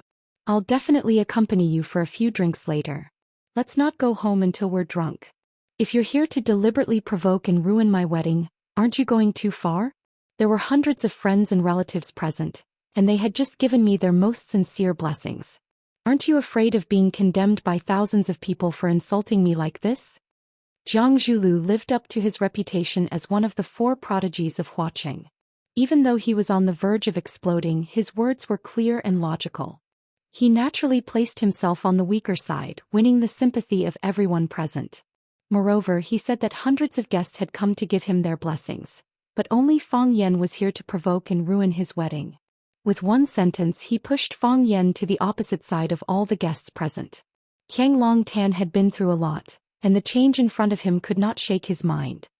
He sighed softly and looked at Fang Yan and said, You're so young, but why are you so vicious? With your actions it's my Jiang family and my son Zhulu who will be insulted. But have you thought about it? Nearly 1,000 pairs of eyes are watching you. Your words and actions will definitely spread. When that happens you'll be infamous. Who would dare to associate with you, Fang Yan? Who would be willing to be friends with you, Fang Yan? I know that because of what happened to Chaoga, you and Zhulu had some conflicts in the past. But now you and Chaoga are living together and Zhulu has a girl he likes. Now he's going to hold her hand and walk down the aisle. Let bygones be bygones and a smile will wipe away all enmity. It'll be a good story if it gets out. It's inevitable that young people are hot-blooded. We can understand and accept it. But you've done something like this on a day like this. That's already crossed the bottom line of what we can bear. Do you really have to push our Jiang family to the brink of destruction? Fang Yan, stop. Don't walk your own path into a dead end. Qiang Longtan was even more shrewd and ruthless. He kept saying that he was doing this for the good of the young, but he kept putting one evil label after another on Fang Yan's head. Each of his words led the guests below the stage to think. Could a fellow like Fang Yan become a comrade who would fight and retreat together with him? Fang Yan already knew what kind of people the Jiang father and son were. Even a smart woman like Lu Chaoga had been deceived by them for so many years. Even if he wanted to bicker with them he wouldn't have much of an advantage. His eyes were cold as he looked at Qiang Longtan and Jiang Zhulu. He said in a low voice, I didn't intend to ruin their wedding even though I really don't like them. Whoosh! A clamor rose from the ground. Wasn't this guy being too straightforward? Even if he really thought that way there was no need to say it out loud in front of others. Wasn't this a public slap in the face? But this kind of feeling was really refreshing. It could be seen from the ashen complexion of Jiang Longtan and Jiang Zhulu, as well as their twitching brows. Fang Yan held out his hand to Qiang Longtan and said, Give me Lu Chaoga, I'll turn around and leave. Lu Chaoga? What happened to Lu Chaoga? Why did Fang Yan want Qiang Longtan to give him Lu Chaoga? Everyone present was a shrewd person. When they heard Fang Yan's words their eyes flickered. They knew that there was an inside story to this matter. Fang Yan, I said that we didn't touch Lu Chaoga. The last time I saw Lu Chaoga was at a business conference a few months ago. I haven't seen Lu Chaoga since then. What does Lu Chaoga's disappearance have to do with the Jiang family? Jiang Zhulu shouted through gritted teeth. What happened to Lu Chaoga? Qiang Longtan looked at Fang Yan worriedly. He asked anxiously, What happened to her? What happened to her? Lu Chaoga was kidnapped. Fang Yan said viciously, his eyes flashing with a murderous light. She was kidnapped by you. You're slandering me. Jiang Zhulu said angrily. You're slandering us. When did we touch Lu Chaoga? What evidence do you have to prove that we kidnapped Lu Chaoga? You don't have any and you're slandering us in front of so many people. Just wait for the indictment. Qiang Longtan threw a dirty look at his son Jiang Zhulu and said, Zhulu, now is not the time to deny responsibility. The innocent are innocent and the guilty are innocent. Let's find Chaoga and listen to her story.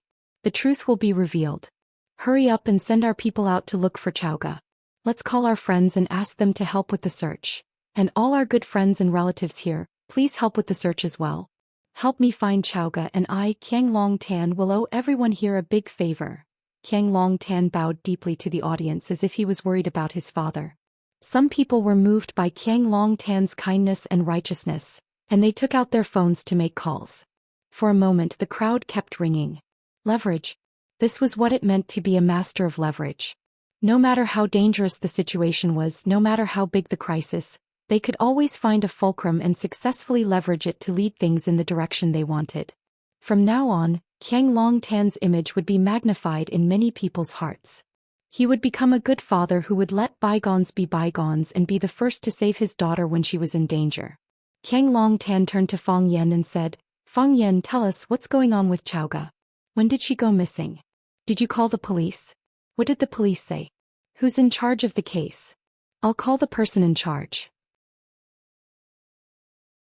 It'd be best if someone can come here and explain the situation.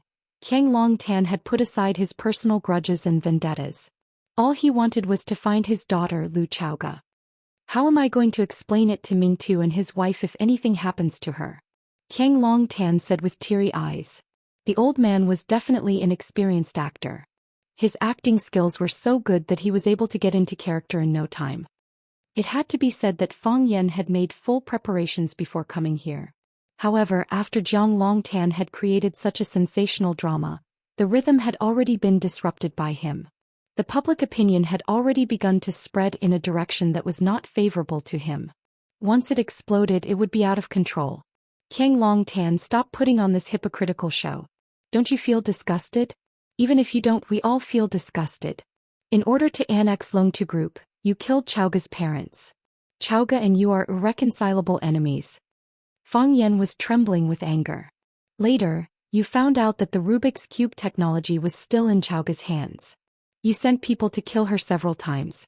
Some time ago, Chaoga received a secret report saying that you recruited killers from abroad to plan a kidnapping. But because Chaoyan Group has been developing rapidly in recent years and has been suppressing Longtu Group, and because you still haven't given up on the Rubik's Cube technology, who didn't know how to act to gain sympathy? Who didn't know how to make up a story?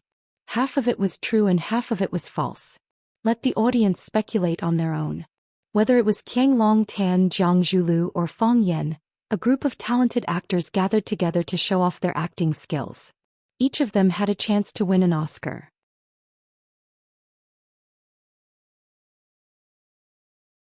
Chapter 455. History was written by the victors and the truth was made up by the victors. No one knew the truth except for the person who knew the truth. Fang Yan resorted to all means possible to smear the Jiang family's father and son. He blended what he knew and then poured it all on the Jiang family's father and son. Jiang Zhuliu's counterattack was to show weakness and attack Fang Yan's character from the standpoint of the weak to win everyone's sympathy. Qiang Longtan's response was selflessness and love. He made himself into a great father who could bear any humiliation and grievances for the safety of his children. He didn't speak the truth, didn't present evidence, and didn't respond to Fang Yan's attack. However, this was the best way to respond. Each of them used their unique skills, and the hundreds of guests were dazzled and couldn't tell the truth from the lies. It was easy for humans to believe in what they saw and what they heard. However, what they saw and what they heard must be true. Now that Fang Yan jumped out and angrily accused the Jiang father and son, it naturally gave people the impression that the Jiang father and son had stabbed them in the back. At least there were suspicions in this regard. If they didn't stab them in the back, how could Fang Yan come over on the day of the Jiang family's wedding to ask for them? Hearing Fang Yan slander him for murdering his friend and his wife for money, Qiang Longtan's face turned angry. He glared at Fang Yan fiercely and shouted, "Ignorant boy, who ordered you to come here to frame me? I, Qiang Longtan, have always been upright and I've never done anything like what you've said. If I say even half a word of falsehood, let me be struck by lightning and die a horrible death. Mingtu and his wife are my close friends and also my right-hand men in my business. I often think that if the two of them were still alive, what level would Longtu Group have reached by now? Is it number 1 in Wuxia? Or is it number 1 in the world?" With a sad and regretful expression, Qiang Longtan said, "It's a pity that the heavens are jealous of the talented. Mingtu had passed away early, so he had passed all the work to me.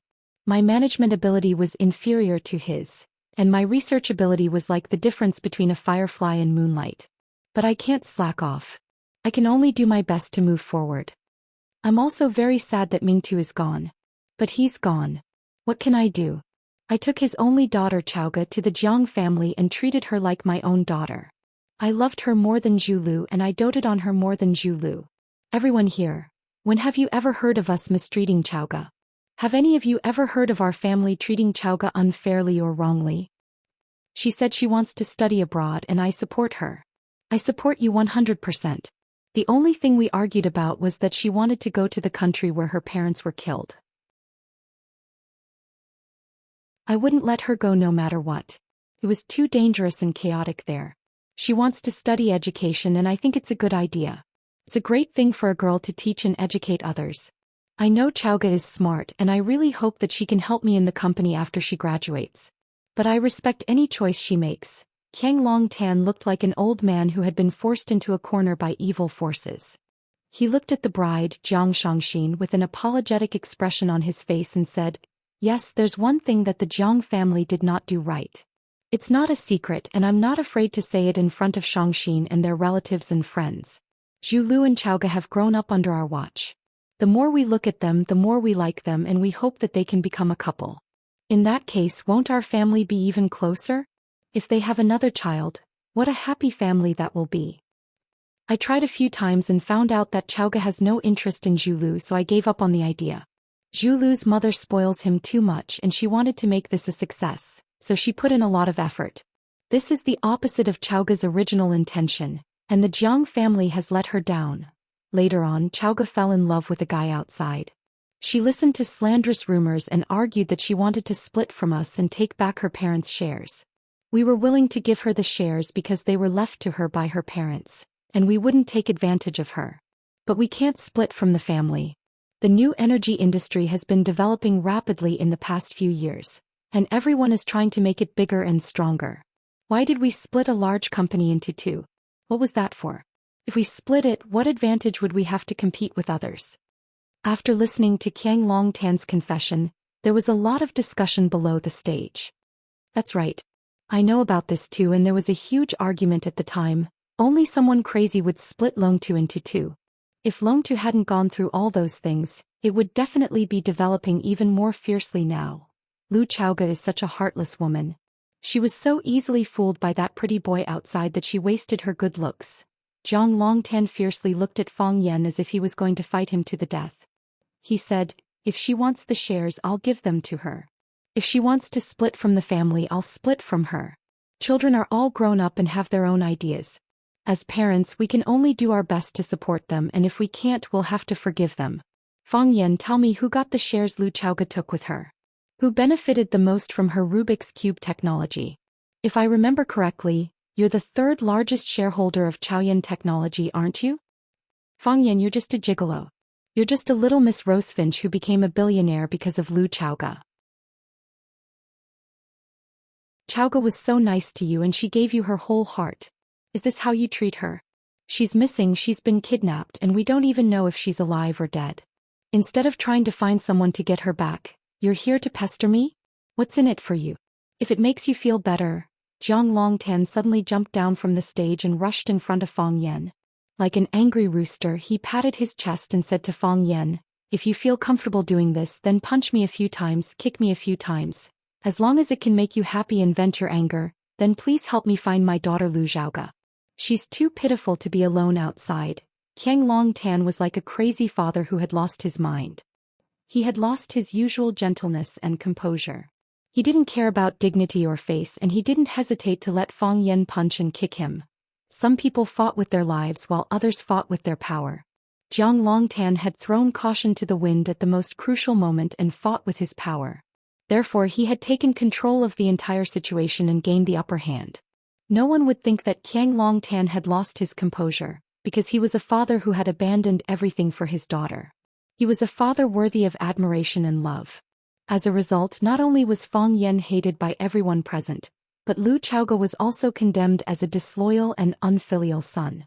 When it came to judging the situation, no one could compete with Qiang Longtan, that old fox. Fang Yan naturally couldn't punch and kick Qiang Longtan because when Qiang Longtan finished speaking, a large group of people had already rushed over and used their bodies to shield Qiang Longtan, as if Fang Yan was really going to punch and kick Qiang Longtan. This old man was too cunning and too smart. While he was doing this, he had already calculated the reactions of the surrounding onlookers. Fang Yan looked coldly at Qiang Longtan's exquisite performance and said in a steady and firm voice, "Don't take advantage of your seniority to play this kind of ridiculing trick. Hand Lu Chowga to me and I'll leave with her immediately. Otherwise, don't even think about continuing with today's wedding." Fang Yan swept a glance at Jiang Zhulu and Jiang Shangxin, the newlyweds, and said, "You guys kidnapped my woman, so I won't let you guys live happily ever after." Seeing that a group of men in black who were in charge of security had received Jiang Zhulyo's order to come over and arrest them, Fang Yan said with an indifferent expression, "I can't win against you guys with words or acting, but I can win against you guys in a fight. Why don't you guys give it a try?" The moment he said this, the crowd quietened down instantly. The men in black who were running toward him also stopped in their tracks, and they looked at Fang Yan, who was standing at the same spot and looking at them with a look of disdain. Was this guy really not a lunatic? They had seen arrogant people before, but they had never seen someone as arrogant as him. There were hundreds of guests present, and in addition to the service and security personnel, There were more than 1,000 people in the entire Longtu club. Why did he have the courage to say something so stupid like he was the best in martial arts? If an expert were to stand out and beat him up, wouldn't he be so embarrassed? Qiang Longtan felt very aggrieved. The aura that he had painstakingly built up had been destroyed by these idiotic bodyguards just like that. Even if he couldn't win, he still had to go up and fight. There were still the police if he was injured. The police would only be able to charge him with intentional assault if they were injured. Of course, standing in his position, it wasn't very appropriate for him to get someone to go up and fight with Fang Yan at this point in time. Thus, he waved his hands to dismiss the bodyguards in black. He looked at Fang Yan and said, I know that you Fang Yan are very skilled, and even if all of us here were to join forces, we wouldn't be a match for you. I didn't kidnap Lu Chaoga, and it's impossible for me to kidnap Lu Chaoga either. Otherwise, you can beat the entire Jiang family to the ground and search for them yourself. Or you can help me find Lu Chaoga. No matter what, don't stand here and waste time. I won't waste my time, and I won't waste my time saving people, Fang Yan said loudly.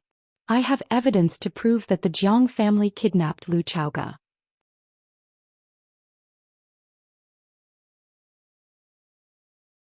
Chapter 456. A stone stirred up 1,000 ripples. Fang Yan's shout of I have evidence made the atmosphere reach a new climax once again. This climax was hidden and buried. It was like a volcano in the deep sea. No matter how intense the eruption was, there were only a few ripples on the surface of the water. Everyone looked at each other with deep meaning in their eyes, but they didn't exchange any words. At such a sensitive moment, no one was willing to let others get hold of their weakness or show their excessive enthusiasm over some small details. It was a taboo and etiquette for these reputable people. Fang Yan didn't come to the Jiang family without any evidence, but he had solid evidence. Could it be that the Jiang family was really the mastermind behind the kidnapping of Lu Chaoga? What evidence did he have to prove that the Jiang family was involved in or directly plotting the kidnapping of Lu Chaoga? However, since he had evidence, why didn't he directly call the police and arrest the Jiang family? Everyone was waiting quietly, and many were secretly looking forward to it. If Fang Yan really threw out some strong evidence, the Jiang father and son would be completely thrown into the abyss today, never to rise again. Jiang Zhulu clenched his fists and shouted, Fang Yan, do you think my Jiang family has no one? The matter was obviously not done by the Jiang family. What evidence did he have? What evidence could he have? Even if he had evidence, it would be a frame-up. Fang Yan didn't yield an inch and pressed forward step by step, really forcing Qiang Longtan and Jiang Zhulu. This was Jiang Zhuliu's wedding. The bigger the matter was, the more chaotic the scene would be, and the more embarrassed the Jiang family would be. If the matter of today's wedding were to be spread out, would the Jiang family still have the face to see others in the future? This Fang Yan's mind was too vicious, and he was too good at choosing the right time. The best way was to keep the peace and end it here. However, this was obviously not what Fang Yan wanted to see. Jiang Longtan's sharp eyes were like needles that pierced Fang Yan. His voice was calm and dignified as he said, I just thought that you're a junior. This junior's way of doing things is a bit out of line, but there's still a reason that can be forgiven.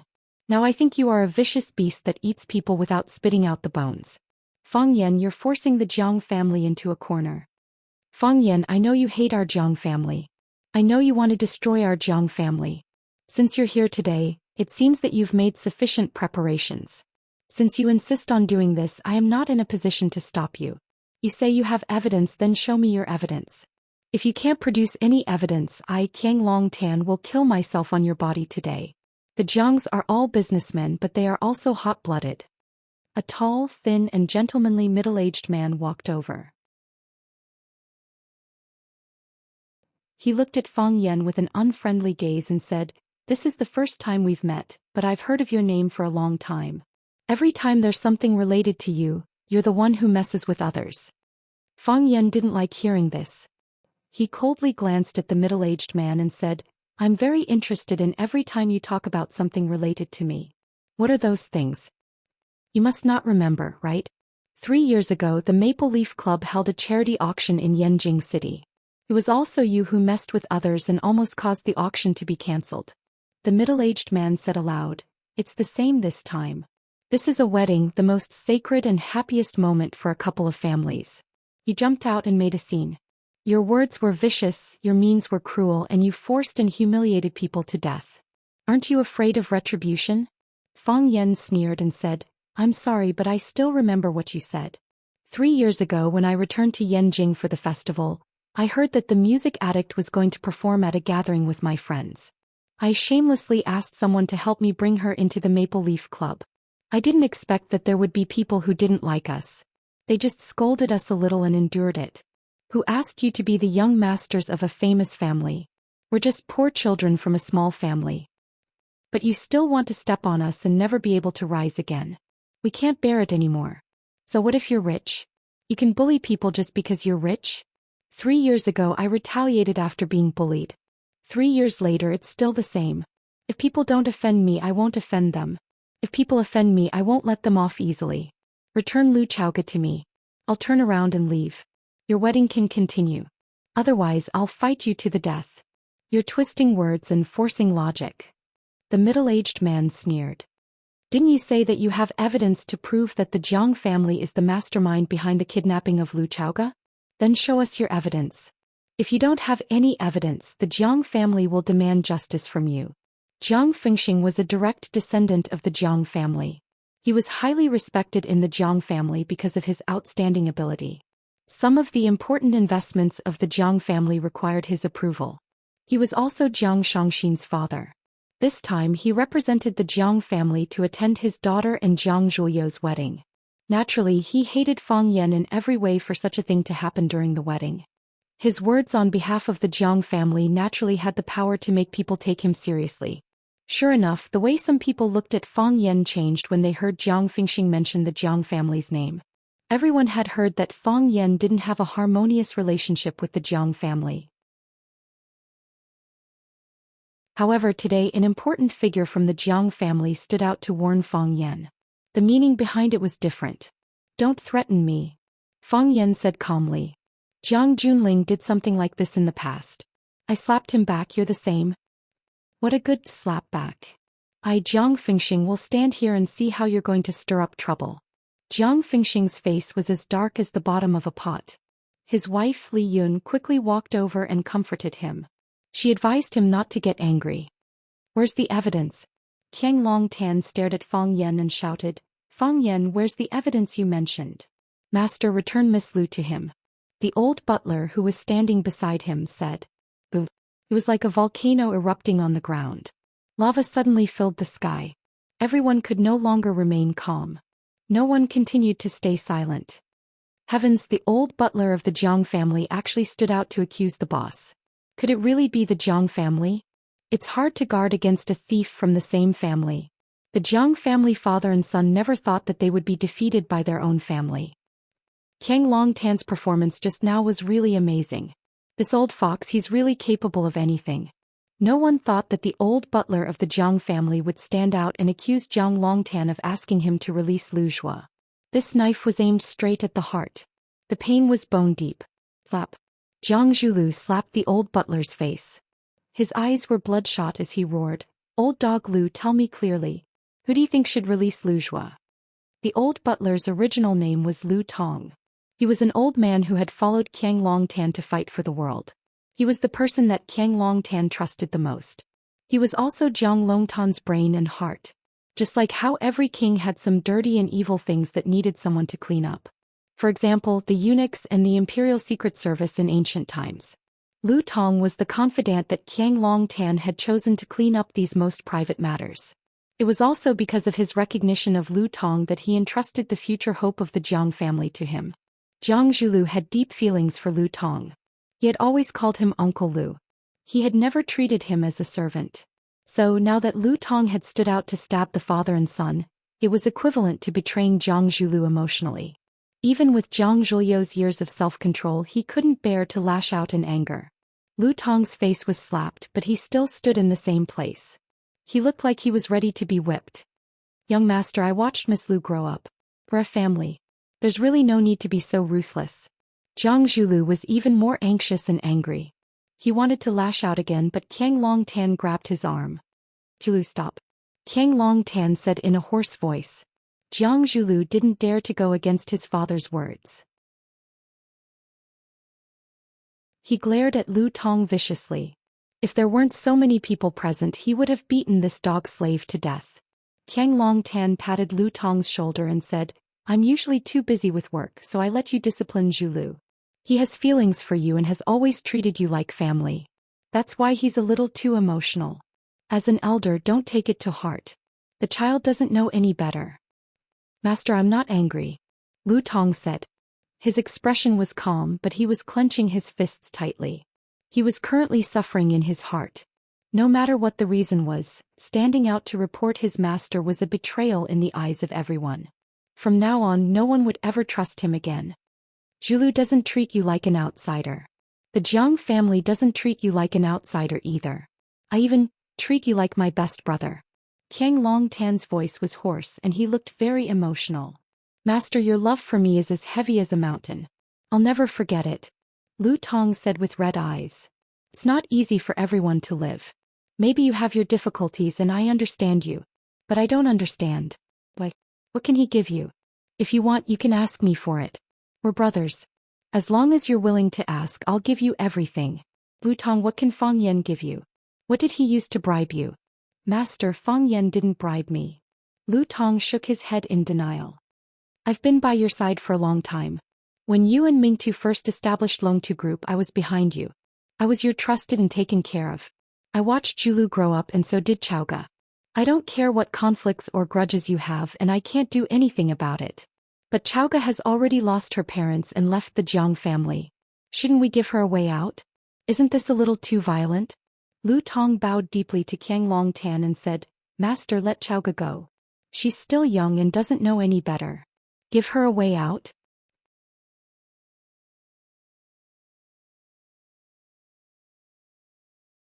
Chapter 457. Lu Tong denied being bribed by Fang Yan and insisted that it was Qiang Longtan and his son who had kidnapped Lu Chowga.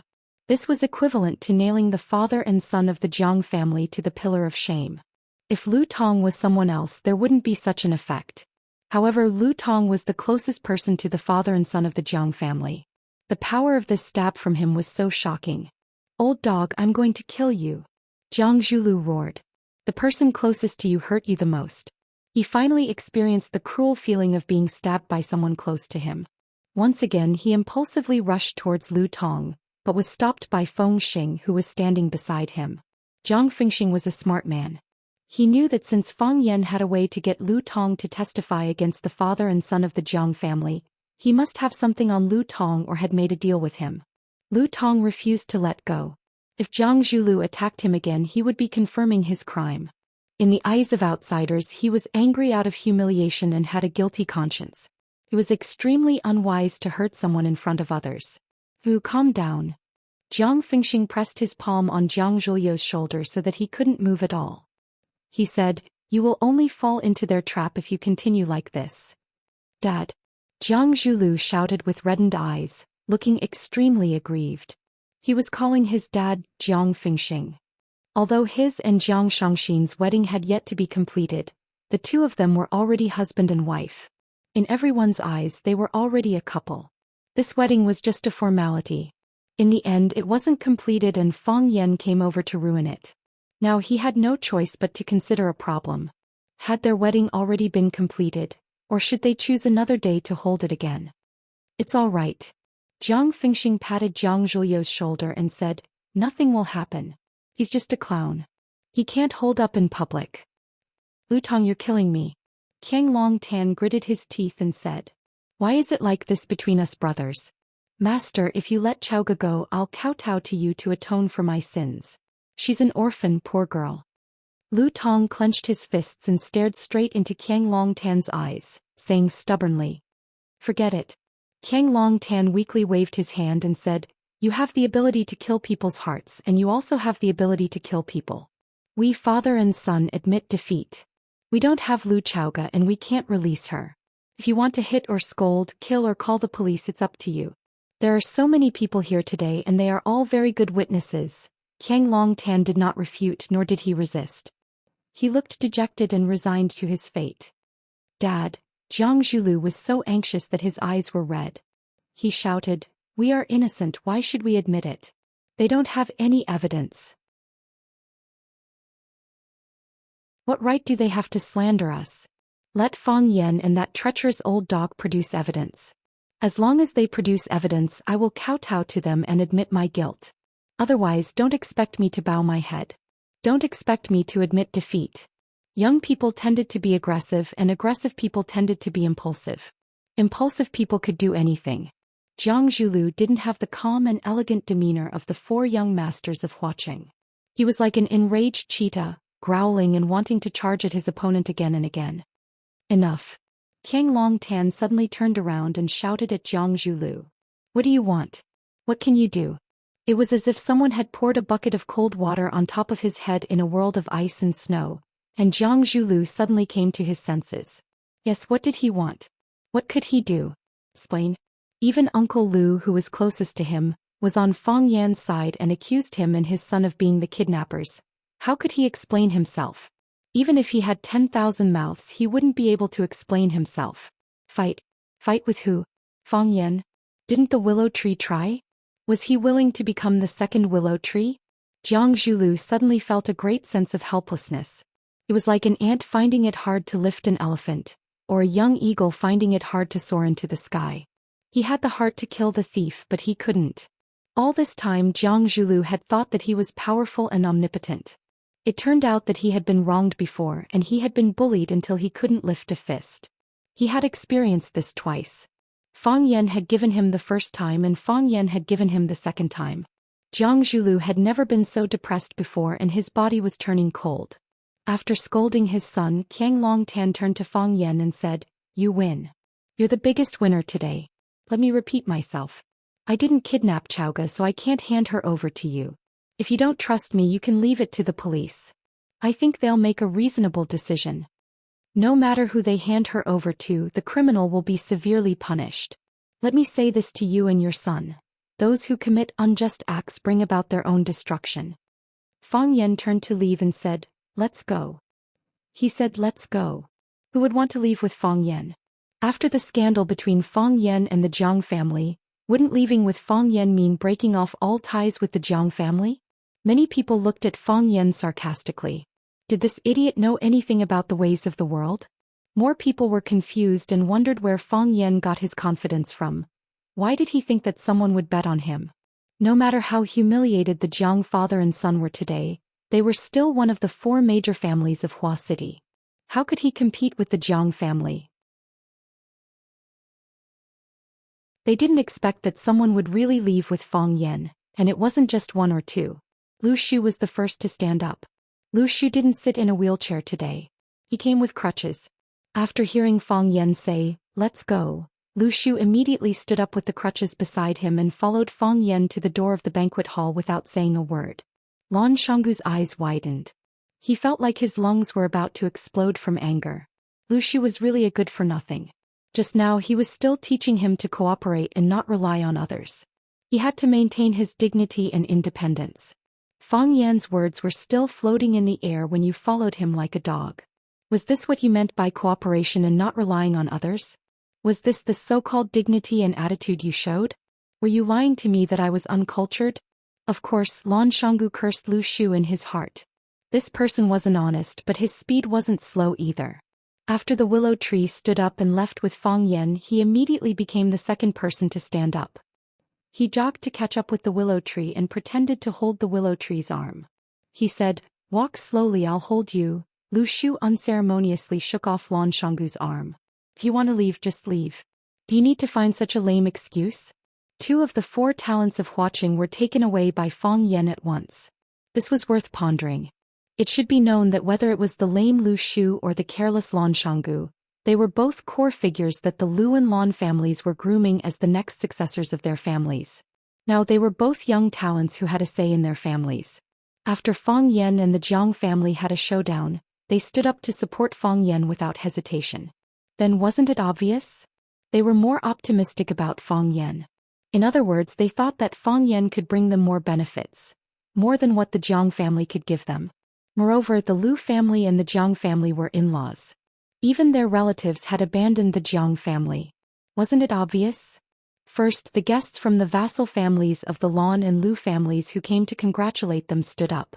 Their backbone had already left. What was the point of them staying? Then, some of the partners who had close relationships with the Lan and Lu families. They naturally had to follow in the footsteps of their partners. The hearts of the people scattered. The scene went out of control. In the end, even the guests who were on good terms with the Jiang family or had business dealings with them stood up and left.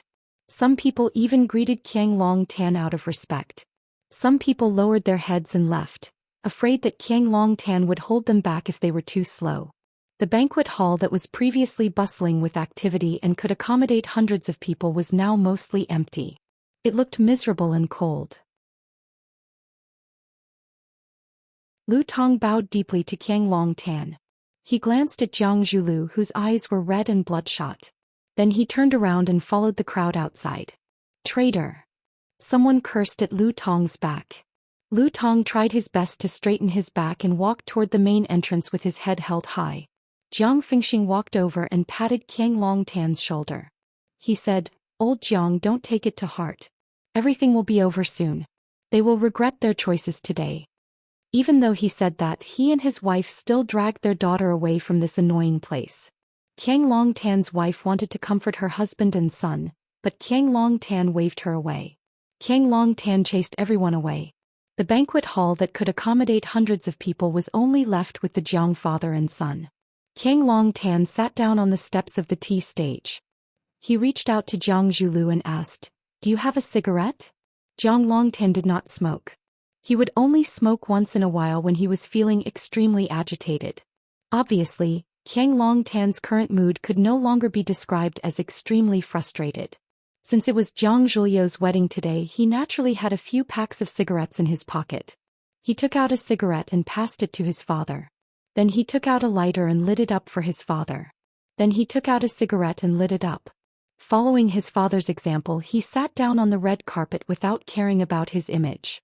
Qiang Long Tan took a deep puff of the cigarette and allowed the warm smoke to filter through his lungs. Then he exhaled it gently. He looked in the direction of the empty main entrance and sighed softly. "I haven't seen this kid for 3 years and he has already become powerful. The younger generation will surpass the older."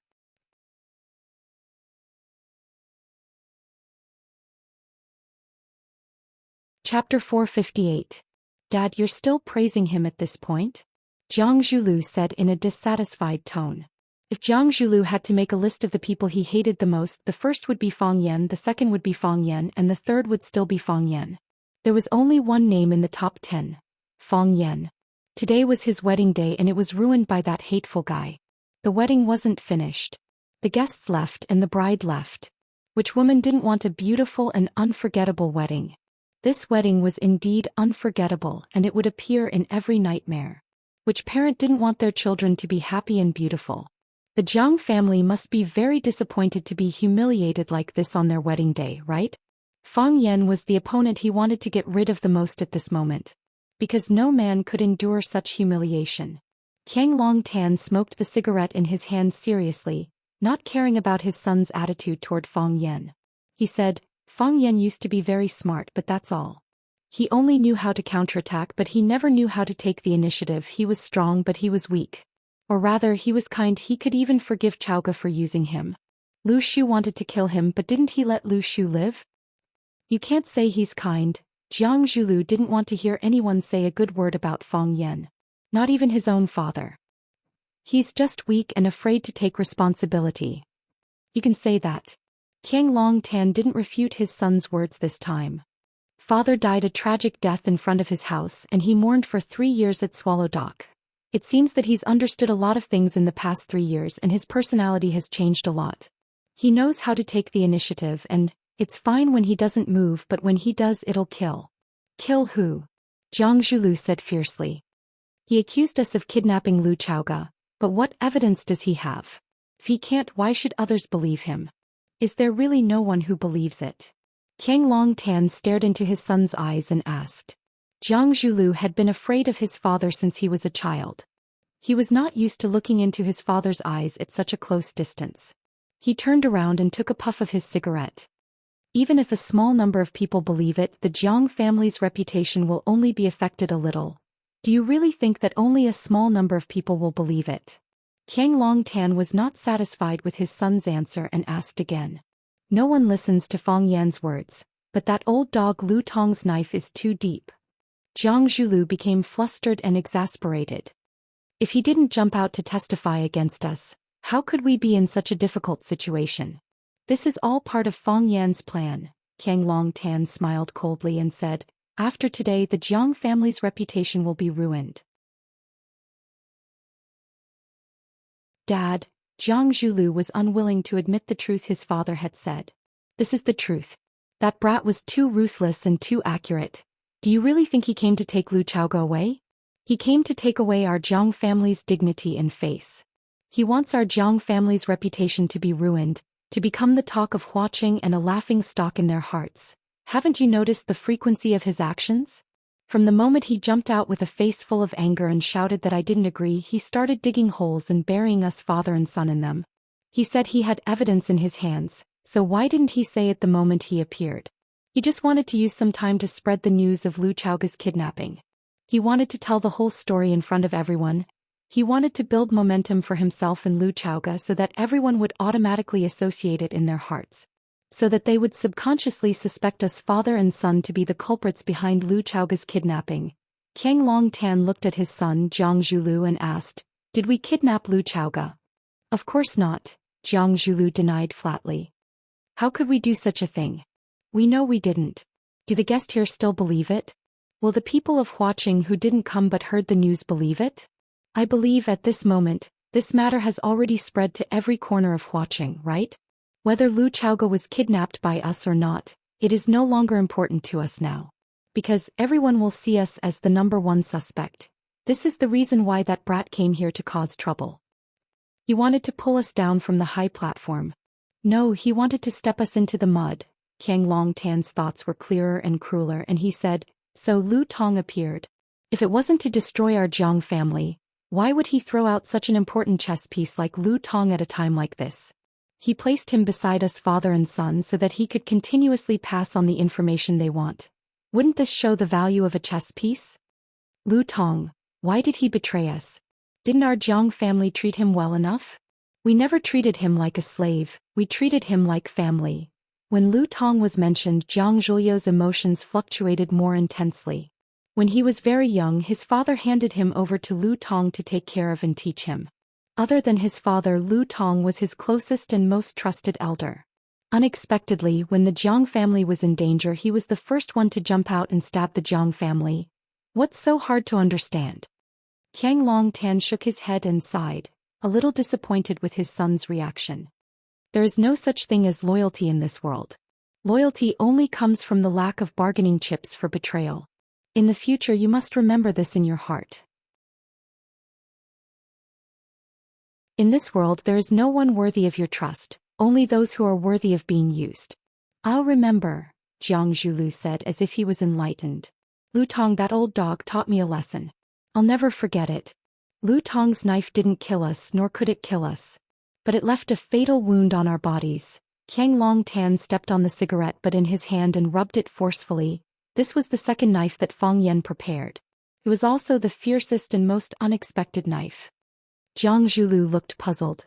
Since they already have Lu Tong in their hands, why didn't they just ask him to take out their so-called evidence? How could such a show end so hastily after all this talk and no action? Isn't it a little too stupid? Because they don't have evidence, Qiang Longtan said. Because Lu Tong doesn't have evidence that you and I kidnapped Lu Chaoga. Then we should make that old dog Lu Tong stay and force him to take out the evidence in front of everyone. If he can't take it out, won't we be cleared of all suspicion? Can he stay? Qiang Longtan smiled bitterly. Lu Tong has been by our side for so many years, how many secrets does he know?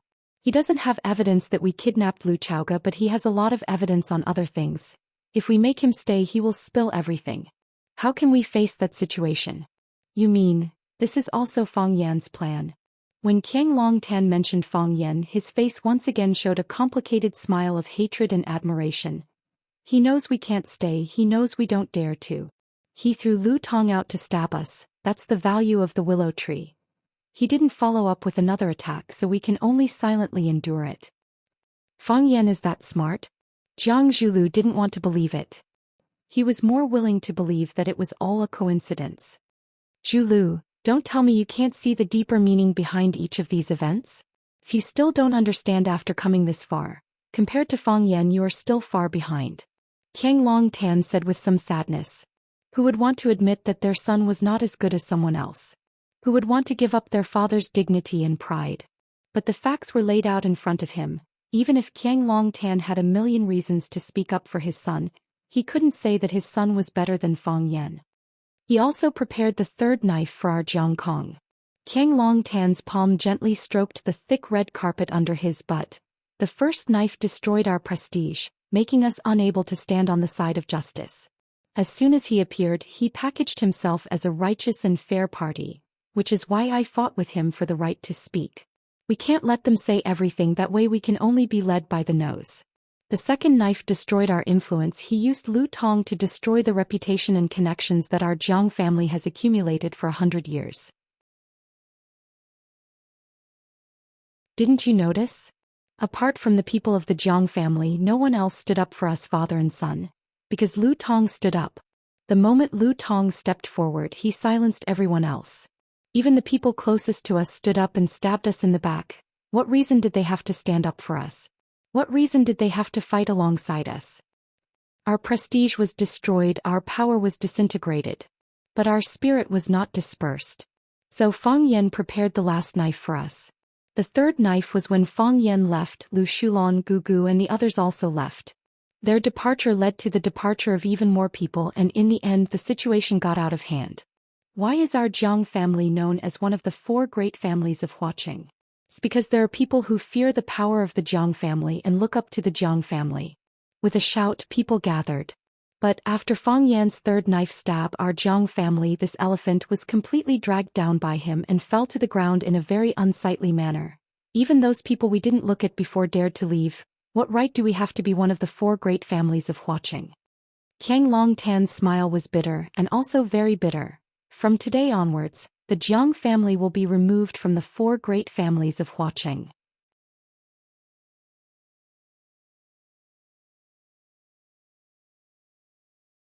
Chapter 459. From today onwards, the Jiang clan would be removed from the 4 major clans. This was the most serious consequence that Jiang Zhulu could imagine. It wasn't the sacrifice of a single member of the clan, but the entire Jiang clan would be buried in a deep pit. In other words, he would no longer be able to speak equally with the people in Lu Shulan Valley. Those who used to look up to and admire him would also abandon him. In the future, he would no longer be one of the 4 prodigies of Huaqing. There would be someone new to replace him. Although he had never cared about such intangible things before, he was now starting to worry about personal gains and losses. It was hard for him to imagine that when people talked about the 4 prodigies of Huaqing in front of him, they wouldn't mention Jiang Zhulu. Instead, they would casually mention another unfamiliar name. The higher one climbs, the harder one falls. This was the burden that he would have to bear in the future?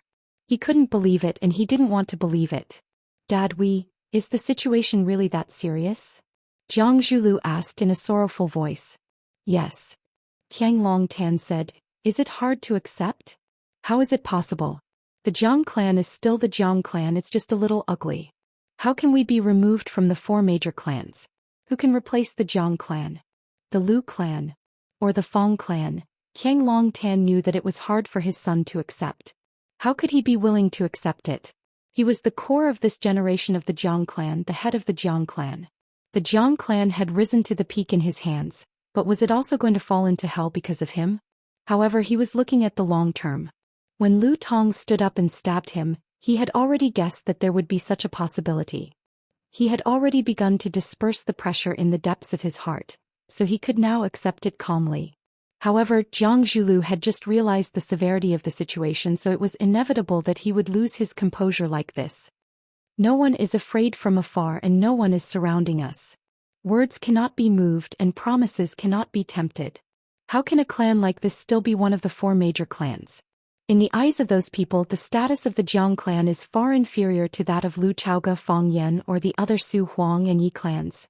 If they had a choice, they would also stand on the opposing side. This is the general trend. Even if we cling to the signboard of the 4 great clans, what can we do? A family that is ridiculed, belittled, and even ignored by the outside world. What does that mean to us? It's just a joke for no reason. Qiang Longtan sighed softly and said, "That's why I said the younger generation will surpass us in time." Fang Yan sharpened his sword for 3 years, and this sword pierced straight into the heart of our Jiang family, leaving us no room for resistance.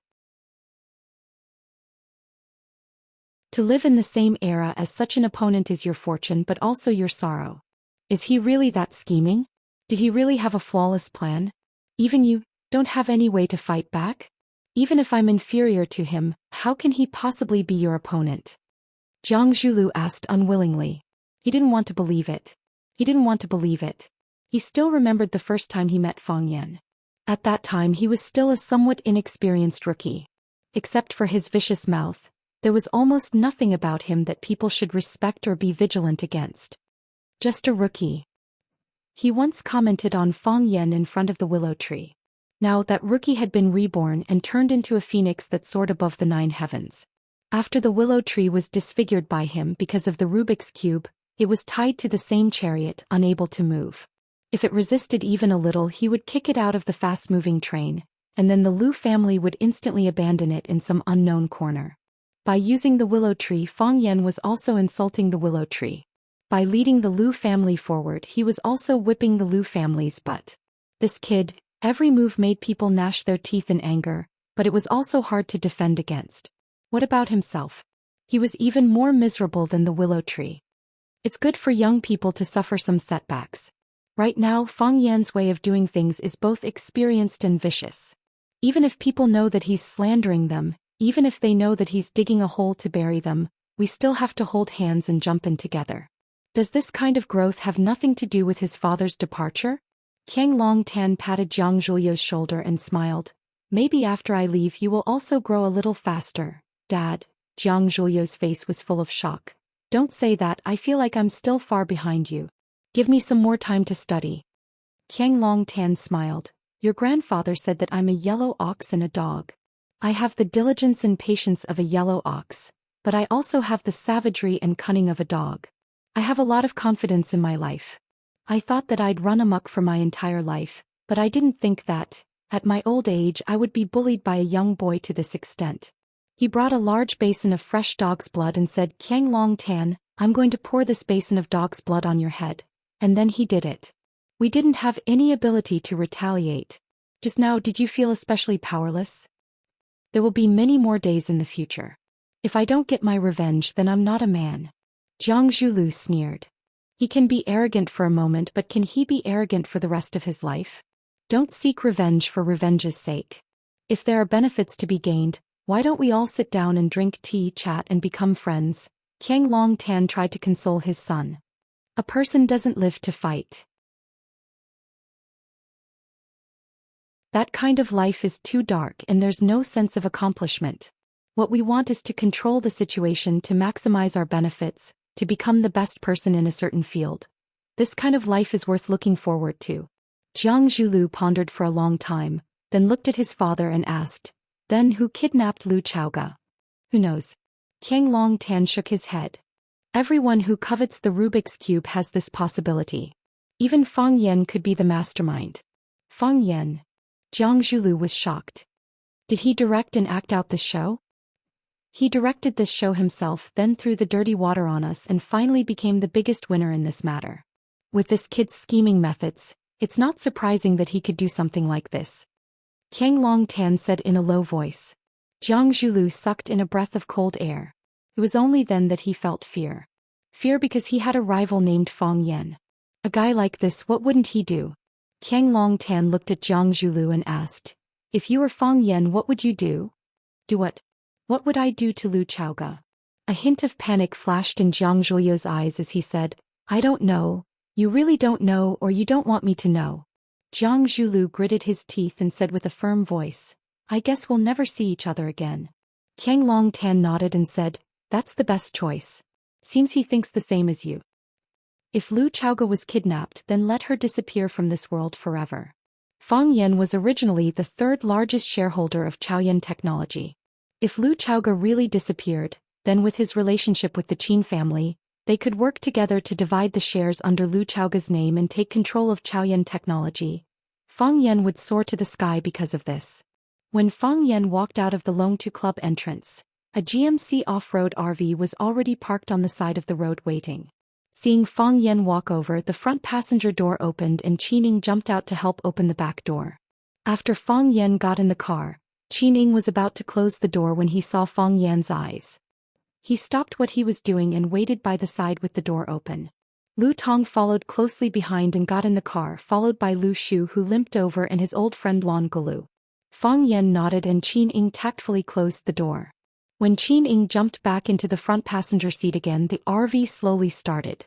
Lan Shanggu looked at Fang Yan with a smile and said, "Master, I know you have a lot of things to take care of when you come back, so I didn't rush over to bother you. I was thinking of finding time to treat you to a drink. I didn't expect to meet you today." "There's no hurry to drink," Fang Yan said. Lu Shu looked at Fang Yan and asked, "Miss Lu Chaoga, was she really kidnapped?" "She was really kidnapped," Fang Yan said in a low voice. The atmosphere in the car suddenly became heavy, and even breathing became more difficult than before. Lan Shanggu didn't speak and Lu Shu didn't speak either. Lu Tong lowered his head and pretended not to hear their conversation. Seeing their expressions, Fang Yan understood what they were thinking and said, "She's very important to me, I want to save her." Seeing Fang Yan's attitude, Lan Shanggu and Lu Shu clearly felt a lot more relaxed. If Fang Yan had his own selfish motives and was willing to abandon that woman, they would have to make a choice again. Would they be loyal to Fang Yan or loyal to their previous partners? The answer to this question was self-evident. Lan Shanggu took out his phone from his pocket and dialed a number, then said, "Find Lu Chaoga." Lu Shu also took out his phone and sent 3 words to a number that wasn't recorded on his phone. "Lu Chaoga." Fang Yan sighed softly and said, "Everyone from now on will be in the same boat, sharing wealth and prosperity. If the boat is about to capsize or fall apart, you can find someone else. I'll tell you to take care. But if we're sailing smoothly and there's still someone who's half-hearted, then don't blame me for being impolite. Even if the boat is about to capsize or fall apart, do I have any other choice?" Wushu asked back. The answer to this question had already expressed his attitude. Lan Shanggu smiled and said, "Master, from now on I'll follow your lead."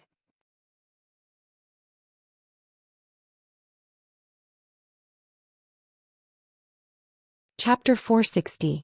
The car stopped at the corner leading to the highway where Lu Shu and Lan Shanggu got off. Their car followed behind, so they didn't have to worry about walking back to the city. "Goodbye, Master." Lan Shanggu stood at the door and said goodbye to Fang Yan. "We'll do our best to find Miss Lu." "Thank you," Fang Yan said. The car door closed and the GMC set off again. Watching the car disappear into the distance, Lan Shanggu asked, "Are we really going to look for her?" Lu Shu thought for a moment and said, "He's really going to look for her." Lan Shanggu nodded with a smile and said, "If he's really going to look for her, then we'll really look for her." The huge and heavy car quickly drove on the highway to Huaqing. Only Fang Yan and Lu Tong sat in the spacious and luxurious back compartment. Fang Yan was silent and Lu Tong felt uneasy. When Lu Shu and Lan Shanggu were here, he felt more relaxed and comfortable. Now that Lu Shu and Lan Shanggu were gone, why did he feel uneasy all over? Lu Tong suddenly remembered that when Lu Shu and Lan Shanggu were sitting here, the atmosphere was also a bit gloomy, and they were deliberately flattering him when they spoke. Obviously, they were afraid of Fang Yan or had something to ask of Fang Yan. This man who disappeared for 3 years showed the aura of a king as soon as he returned? Was this just a temporary illusion, or was the energy that had been secretly accumulated over the years finally going to explode? Was Fang Yan going to become the representative of the rising power in Huaqing? No matter what, after this battle, no one could ignore his existence anymore. Fang Yan was in Huaqing. Fang Yan seemed to have just remembered Lu Tong's existence. He turned his body slightly so that he could talk to Lu Tong, and his expression deliberately softened. He seemed to be more polite than he was to Lu Shu and Lan Shanggu. "Mr. Lu, it's been hard on you," Fang Yan said gratefully. Lu Tong paused for a few seconds, then sighed heavily and said, "I just did what I promised, Master." When he heard Lu Shu and Lan Shanggu call Fang Yan young master, he followed suit. He knew very well that Fang Yan was just a teacher at Rosefinch Secondary. Oh no, a security guard. Betraying one's master was a disgrace in anyone's eyes. Even though Fang Yan was speaking to him amiably now, he also understood the other's thoughts. It was impossible for him to look up to someone like him. If he kept his moral integrity, he wouldn't be able to keep his life. If he kept his life, he would lose his dignity. So hard to be a human. Fang Yan nodded and said, I still have to thank you. Without you, we wouldn't have been able to expose the ugly faces of the father and son of the Jiang family in front of so many people. You have been with them for so many years, you should know what kind of despicable people they are, right? Lu Tong remained silent. The reason he didn't answer was not because he still wanted to pick up some things that he had abandoned, such as dignity and moral integrity. Some things were lost and could never be found again. He just didn't know how to answer this question. Jiang Longtan and Jiang Zhulu, father and son, had indeed done quite a number of evil deeds. Furthermore, a large portion of those deeds had been arranged by him. He was the executor, the garbage cleaner who helped the father and son of the Jiang family. By betraying the father and son of the Jiang family, he was actually betraying himself. However, it was also because he had no other choice. Fang Yan didn't care whether he answered this question or not. He said to himself, your little son will be fine. I will let him go. I will let him gamble less and do something serious. He lost so much that he pawned his hands and feet. This is no longer gambling but gambling with his life. If they really cut off his hands and feet, is he still human? Yes. Master's right. Lu Tong nodded again and again. At this time, if Fang Yan said that shit smelled good and you had a taste, he would also nod and say that he had a good taste. It couldn't be helped. Who asked his little son's life to be in someone else's hands? Lu Tong had 2 sons. His eldest son fell ill when he was very young, and his body was paralyzed and unable to move. His younger son was healthy and smart, but because his family pampered him too much, he developed a bad habit of being arrogant and lascivious. His younger son liked to gamble, which made Lu Tong very worried. Gambling was the most uncontrollable thing. When one was angry, his wife and son would bet everything on it. Gamblers could easily lose control, and once they lost control, they could do anything terrible. Lu Tong talked to his younger son several times, but the results were not ideal.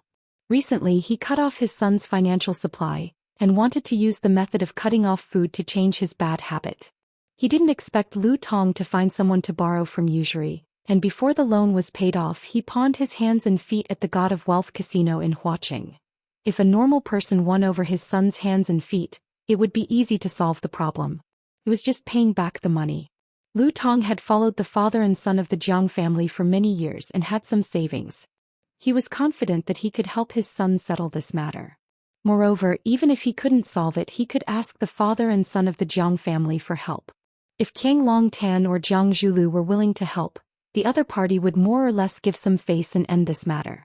Who would want to become enemies with the Jiang family? However, it was Fang Yan's people who came looking for him. If Lu Tong still didn't know that his son had fallen into someone else's trap, then he would have served Qiang Longtan for so many years in vain, to stand up and become enemies with his old master, or to let his younger son become a cripple like his eldest son, paralyzed in bed for the rest of his life. The choice wasn't too difficult. Fang Yan looked at Lu Tong's bowing appearance, and his heart was slightly bitter. This was also a father who could sacrifice everything for his son. It was a little familiar but also a little strange. What's your plan for the future? Fang Yan asked.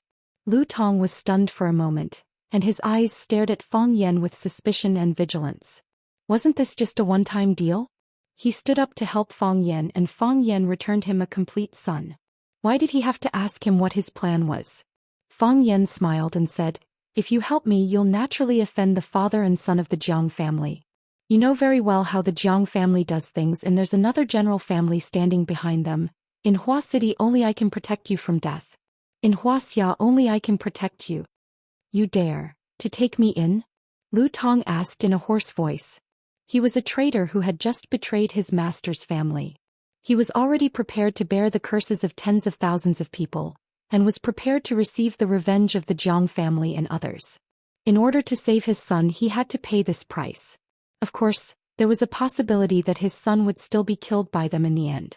I don't need your loyalty, I only need your ability. Fang Yan smiled. From today onwards, you're my butler. Eldest young master. Lu Tong looked at Fang Yan in shock. Was this man crazy? He had just betrayed his previous master and now he had a new one? Don't ask me what I think, just tell me what you think. Fang Yan's finger tapped on the armrest of his seat as he asked. Thump. Lu Tong slid down from his seat and sprawled on the ground in front of Fang Yan. His movement was so big that Qin Ying, who had been on guard the entire time, almost shot him to death. However, after comparing the martial prowess of Fang Yan and Lu Tong, he gave up on this method. Eldest young master, from today onwards, I'll be a vicious dog at your feet. I'll bite whoever you want me to bite. I don't ask for great wealth, I just want to ensure the safety of my family. Qin Ying, make the arrangements. Fang Yan said. Yes. Qin Ying answered and began to make a call. He only needed to make a call, and the members of Lu Tong's family who were under their control would immediately be moved to a safe place. A place that was difficult for outsiders to come into contact with. The GMC RV stopped at the underground parking lot of the God of Fortune casino. Under the lead of a blonde, a few men in black helped a pale young man walk over. Seeing the thin and delicate young man, Lu Tong was so happy that his eyes were brimming with tears. He ran over and slapped his face again and again. Teacher. The blonde stood under the car and respectfully greeted Fang Yan. This kid hasn't changed his gambling habits. He lost both his hands and feet. When we locked him up, he still wanted to borrow money from us to continue gambling. He said he wanted to win his hands and feet back. How could he win? Who would win for him? Idiot. Oh right, Boss Xiao asked me to say hi to teacher. He said that in the future if teacher wants to entertain someone, just tell him in advance and he'll definitely treat that person well. Fang Yan didn't respond to Boss Xiao's greeting. Instead he looked at the blonde and said with a gratified expression, some people use knowledge to harm others while others use knowledge to save others. Xianxia, you belong to the latter. I'm very satisfied with your performance. Xianxia's face was flushed with excitement. He held his head high, chest out and legs together. He loudly said to Fang Yan, this is all because of teacher's guidance. I've just achieved a small achievement, but I'll definitely not be arrogant and impatient, and make greater contributions to the country and society. Xianxia was the one who took the credit for Lu Tong's betrayal. He was the one who found out that Lu Tong's son Lu Wei was a gambling addict. He and Boss Zhao from the God of Fortune casino worked together to set up a trap to win his hands and feet. He was also the one who personally negotiated with Lu Tong.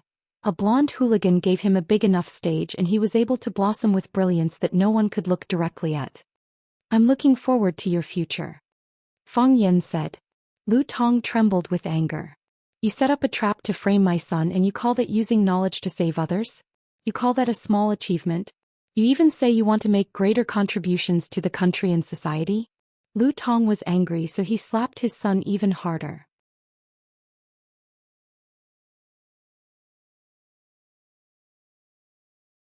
Chapter 461. Pa. Lu Chaoga heard the sound outside and her consciousness gradually woke up. She opened her eyes and quickly closed them again. The light was too bright for her eyes to adapt. Her last memory still stayed in their car into the truck compartment, and the truck door closed into extreme darkness. Then the car swayed all the way forward. Finally, their brains became heavier and heavier and then they all fell asleep. Now thinking about it, the truck compartment must have been sprayed with some kind of drug. The drug was sent into the car through the air conditioning gas circulation system of the Mercedes-Benz. Even without opening the door, it could make them lose the ability to resist. What is this place? She was lying on an iron bed with a white bedding on it. Although there was no object covering her body and her body was curled up because of the cold, she was treated very well compared to the status of a kidnapped hostage. The room was simple with a white iron table and 2 white iron chairs. There was nothing else. Lu Chaoga felt a little dizzy as if the bed had been shaking, or the whole room was shaking gently. The door of the room was pushed open and a tall man with a beard came in. The man was wearing a desert-colored military camouflage suit. The front of the coat was open, revealing a small black vest and strong chest muscles that were fuller than a woman's chest. On his feet was a pair of black military leather boots. The leather boots clattered on the ground and every step seemed to make a hole in the floor. The man's left hand was holding a glass of water in a glass. The man's right hand was holding a knife, a sharp dagger with different depths of serrations. The man put the water in his left hand on the iron table in the room, then pulled out the chair and sat down. Looking at Lu Chaoga, who was sitting on the bed and looking at him with a vigilant face, he said with a smile, "We have said hello, I am the Lord God. You should remember my voice, right?" Lu Chaoga jumped out of bed, pulled out another chair and sat down in front of the Lord God. Dignified and elegant, without any awareness of being a hostage. She pointed to the glass of water in front of her and asked, "Hey, it's prepared for you." The Lord God said, "Drink it and detoxify yourself." Lu Chaoga picked up the glass of water and drank it in one gulp. She felt that she was really thirsty. Every cell in his body was screaming for water. The Lord looked at Lu Chaoga thoughtfully and said, "You're really not afraid of death?" "We've already discussed this issue," Lu Chaoga said impatiently. "I think as a kidnapper your time is more precious than mine. We can go straight to the next part." The god laughed and looked at Lu Chaoga with admiration. "It's a pity that I don't like women. Otherwise I would definitely like you. You're such a..." The Lord thought for a few seconds and finally came up with a suitable adjective. He said, "Superb." Whoosh whoosh whoosh. The sharp blade in the Lord God's hand spun into a beautiful knife flower and said with a smile, "So I also brought a knife." Lu Chaoga looked at the Lord God and didn't respond, quietly waiting for his next move. Not impatient, not anxious, not panicked, not afraid. As she said, she was prepared for the worst. The Lord God stared at Lu Chaoga's dignified and beautiful face for a while, then said helplessly, "Meeting a hostage like you is a very unlucky thing for the bandits, because we can't find any sense of accomplishment in it. A woman who doesn't understand fear, this is the first time I've seen it. A kidnapper who talks so much nonsense, this is also the first time I've seen it," Lu Chaoga said coldly. The Lord God laughed and said, "Kidnappers also have emotions, likes and dislikes. It's because I admire you so much that I can't bear to use torture in the past. How about we choose a more peaceful way of communication?" "What kind of peaceful way of communication?" "Give me the Rubik's Cube technology and I'll keep you alive," the Lord God said. "With the scale of your assets now, even if you hand over the Rubik's Cube, you won't have to worry about food and clothing for the rest of your life. Moreover, you are so beautiful that countless men are willing to do anything for you. Even if they lie at your feet and become a dog, they will also rush to you. I know men too well. You won't lose anything and you can live a happier and more comfortable life." "Sounds good," Lu Chaoga said with a blank expression. "Don't you think so?" The Lord God comforted softly and said, "In the years you have held the Rubik's Cube, when have you ever had real freedom? You have to follow a large group of people when you go in and out. Someone has to go in and check first when you go to the toilet, and someone has to taste everything you eat first. How many assassination attacks have you experienced? How many bodyguards have you sacrificed? Why bother? You have a lot of money but you don't squander it, you have a good time but you don't enjoy it. Why do women make it so difficult for themselves? For something that is no longer important to you, you bet your beautiful little life. Is it worth it?" "It's not important to me," Lu Chaoga said. "It's important to him." "Fang Yan." The Lord God's face was full of sarcasm, and his tone became contemptuous and disdainful. He said, "That pretty boy? Besides having a sissy face, what else could he do? What else can he bring you? Do you need to be so devoted to such a useless man even at the risk of dying?" Lu Chaoga looked at the Lord God and said, "In this world there is hatred because of interests, but there is absolutely no love without reason. What he has done for me you don't need to know. What I can do for him you can witness." The smile on the Lord God's face gradually faded and his eyes were murderous as he said in a hoarse voice, "I will kill you, this is what I am best at. This is what I am willing to do for him." Lu Chaoga said, "If I really die he will be the biggest winner. As long as the Rubik's Cube is not lost, Chao Yen will not fall. I have already made a will that if anything happens to me, all the shares of Chao Yen under my name will be given to Fang Yan. In that case he will become the largest shareholder of Chao Yen, he will gain true control of Chao Yen." The tiredness on Lu Chaoga's face faded a little and she said in a very relaxed tone, "If Chao Yen falls into his hands, it will be even more difficult for you to take away the Rubik's Cube. He is not a very easy person to talk to." The Lord God did not speak for a long time. Is this woman crazy? Of course she is not crazy. She is Lu Chaoga, the lifelong owner of the Rubik's Cube technology, the person in charge of Chao Yen technology, and a revolutionary in the field of new energy. In the second year of Zhou Xian Technology's founding, she was named the Best Technology Entrepreneur of the Year by Wuxia Finance. In the third year of Zhou Xian Technology's founding, she was also named the Best Entrepreneur of the Year by Wuxia Finance. Because the whole year was full of publicity and reports about the little flame of Zhou Xian Technology. The United States Time magazine published her photo on the cover of the annual Christmas special issue. The advertising words were, "This woman has illuminated Wuxia and will illuminate the world." Everyone knew that she was an outstanding woman, a strong woman who was worshipped by countless people. However, if you say that she is not crazy, the Lord God is not willing to believe it. Because every word she said is too crazy and too unreasonable. What love does a woman like her need? As long as they run the business well, they will have the world. Everything in the world can be taken, including men. However, she said that she is willing to die for a man. Moreover, she is very happy that if she dies, the man will inherit her inheritance and control her business. Isn't this something that only a madman can do? I don't believe it. The Lord God said, I don't believe that there will be such a person in the world. There will be such a woman. He grabbed Lu Chaoga's arm and put her palm on the table. The sharp edge of the dagger in his hand pressed on the back of Lu Chaoga's hand and said, "If I stab like this, your beautiful little hand will be ruined." I know. Lu Chaoga said. Now that she has prepared for the worst, what she is facing now is one of the worst. The Lord God's eyes were slightly cold and the knife in his hand slowly pressed down. The skin on the back of Lu Chaoga's hand was cut, and blood flowed out along the sharp teeth of the knife. Then it pierced through the flesh and bone, and the sharp blade went through the back of Lu Chaoga's hand. Clang. It was not until the tip of the knife hit the steel table that the Lord God stopped his movements. What do you think? The Lord God grinned and looked at Lu Chaoga and asked, "In fact, it doesn't hurt when it's stabbed in, but it hurts when it's pulled out. There are 21 barbs on my knife. When I pull it out of your palm, it will pull out your skin, your flesh, and your meridians together. What is the feeling of tearing the heart and splitting the lungs? You must not have tried this feeling. But I can let you taste what is the feeling of tearing the flesh. Why not just cut your throat?" Lu Chaoga did not struggle. There was no point in struggling in front of such a man. It would only provoke the other party to use more intense and cruel means. Her forehead was covered with beads of sweat, and even her messy hair was soaked with sweat. Because of the pain, the muscles on her face kept twitching, and her arms were trembling violently. This has nothing to do with human psychological quality, but the natural reaction of the body.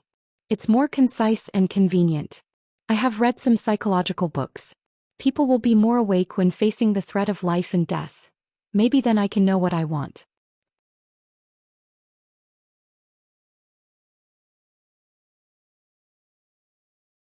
Chapter 462. Slit the neck. The Lord sneered. If you slit the neck, you will die. If you die, who am I going to find for the magic cube? I'm not so stupid to fall into your trick. Can you still feel your palm?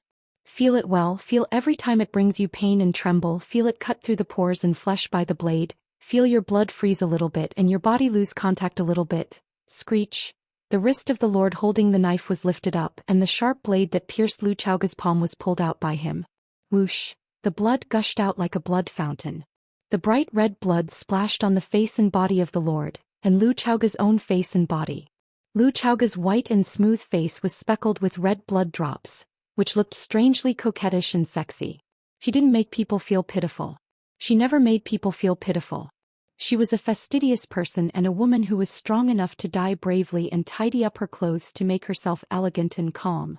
The rain of blood fell from the sky, and the Lord stuck out his tongue to lick the blood stains on the corners of his mouth and began to become excited.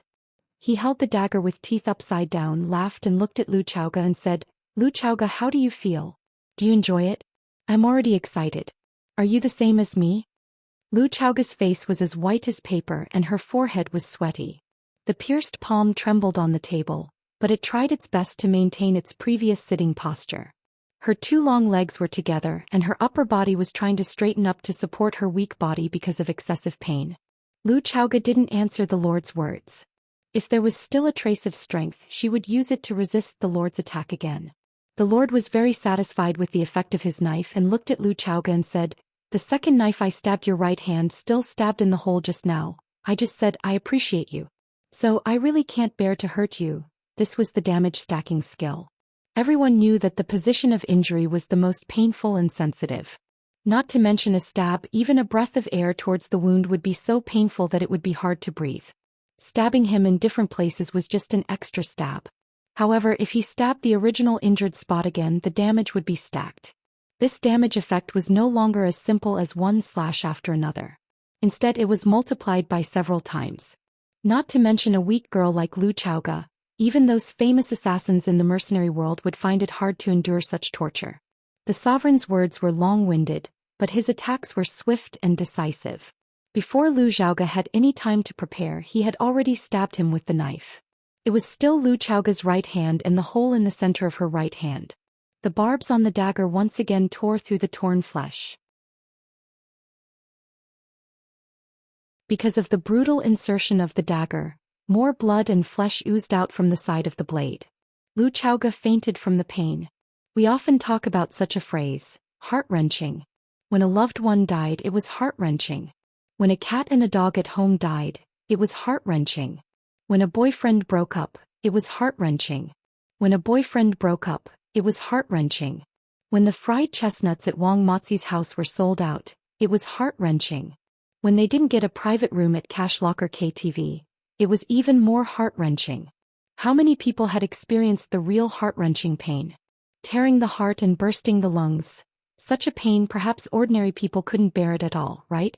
When Lu Chaoga woke up again, she felt someone touching her injured palm. It was still a heart-wrenching pain, but there was a comfortable coldness. Lu Xiaoga opened his eyes and came face to face with a pair of worried and concerned eyes. Lu Chaoga was stunned for a moment and instantly understood. No sadness, no joy. She had long given up. Qiang Long Tan carefully applied layer after layer of brown ointment on the wound on Lu Chaoga's palm, then wrapped it tightly with white gauze and skillfully tied a beautiful bow. Then he sighed softly and said, "How did they hurt you like this?" Lu Xiaoga retracted his hand and sat up with the support of one palm. It was a very ungraceful thing for her to lie in front of a strange man like this. He was a decent woman. "I've already helped you bandage it. I used the golden chrysalis skin nourishing powder personally made by Dr. King Qin Luo. The real ointment ground from the golden chrysalis powder won't even leave a scar after the wound is healed." Qiang Long Tan pointed to the place between his eyebrows and said, "Do you still remember here? Were you 11 or 12 years old at that time?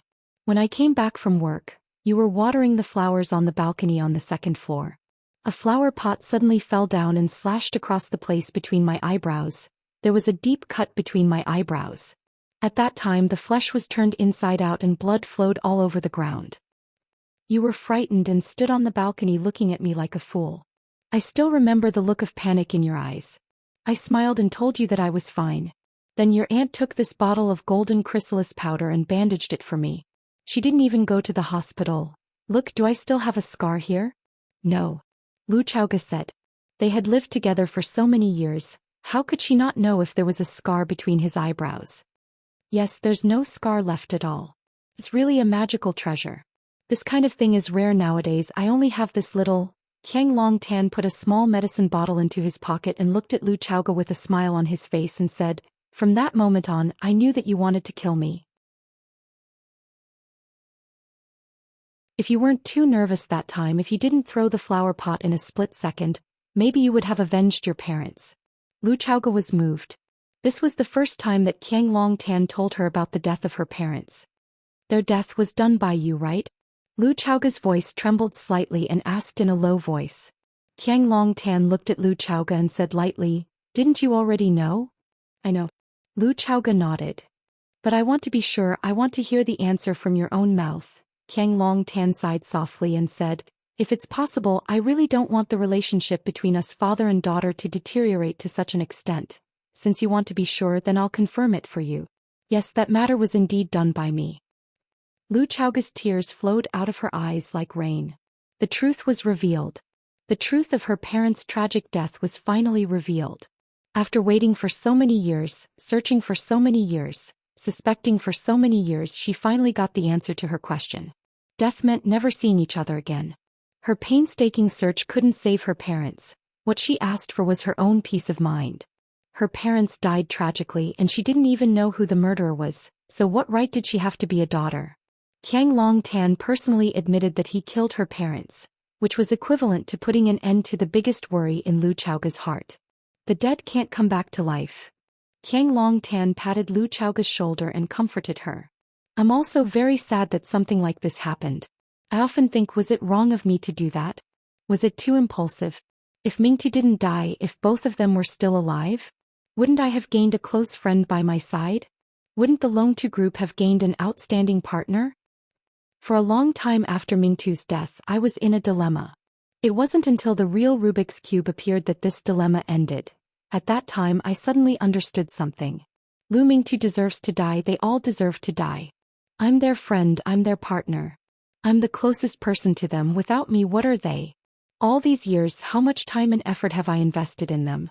How much money and resources have I invested? They've obviously conquered the technical barrier of the Rubik's Cube, they clearly have a mature product, but they actually hid it and didn't tell me anything? Lu Chaoga, tell me, isn't this kind of person hateful? Doesn't this kind of partner deserve to die? If it were you, what would you do? I really regret it, why did I let them die in such a beautiful country? They should die in the cold barren mountains, die in the deserted desert, die in the stomachs of wild dogs and vultures. The kindness on Qiang Longtan's face disappeared, replaced by a deep-seated hatred and a craziness that was about to erupt like a volcano. What have we done all these years? We've followed the wrong direction they've pointed us in over and over again, wrong again and again. Time I've wasted a total of 20 years. 20 years. Lu Chaoga, if I had gotten my hands on the mature Rubik's Cube 20 years ago, if I had developed the Rubik's Cube 20 years ago, do you know what would have happened? Qiang Longtan's eyes were burning, his face full of longing as he said, the Longtu Group would have become the greatest energy technology company of this era, second to none. Qiang Longtan would have become the greatest entrepreneur of this era, second to none. What internet legend? What real estate tycoon? Can these be compared to the inexhaustible energy industry? Qiang Longtan reached out and hooked Lu Chaoga's neck, roaring like a madman. Lu Chaoga, can you imagine? If I had the Rubik's Cube 20 years ago, what would I have achieved now? The whole world would have to shout my name, all the influential people would have to look up to my existence. Yes, I'm the king of this world. The one and only king. Lu Chaoga, everything was ruined by your father. Tell me, don't they deserve to die? That you're tuning in to the Zhou Xian's Legacy YouTube channel. Don't forget to subscribe and join us on this journey to catch the most captivating stories.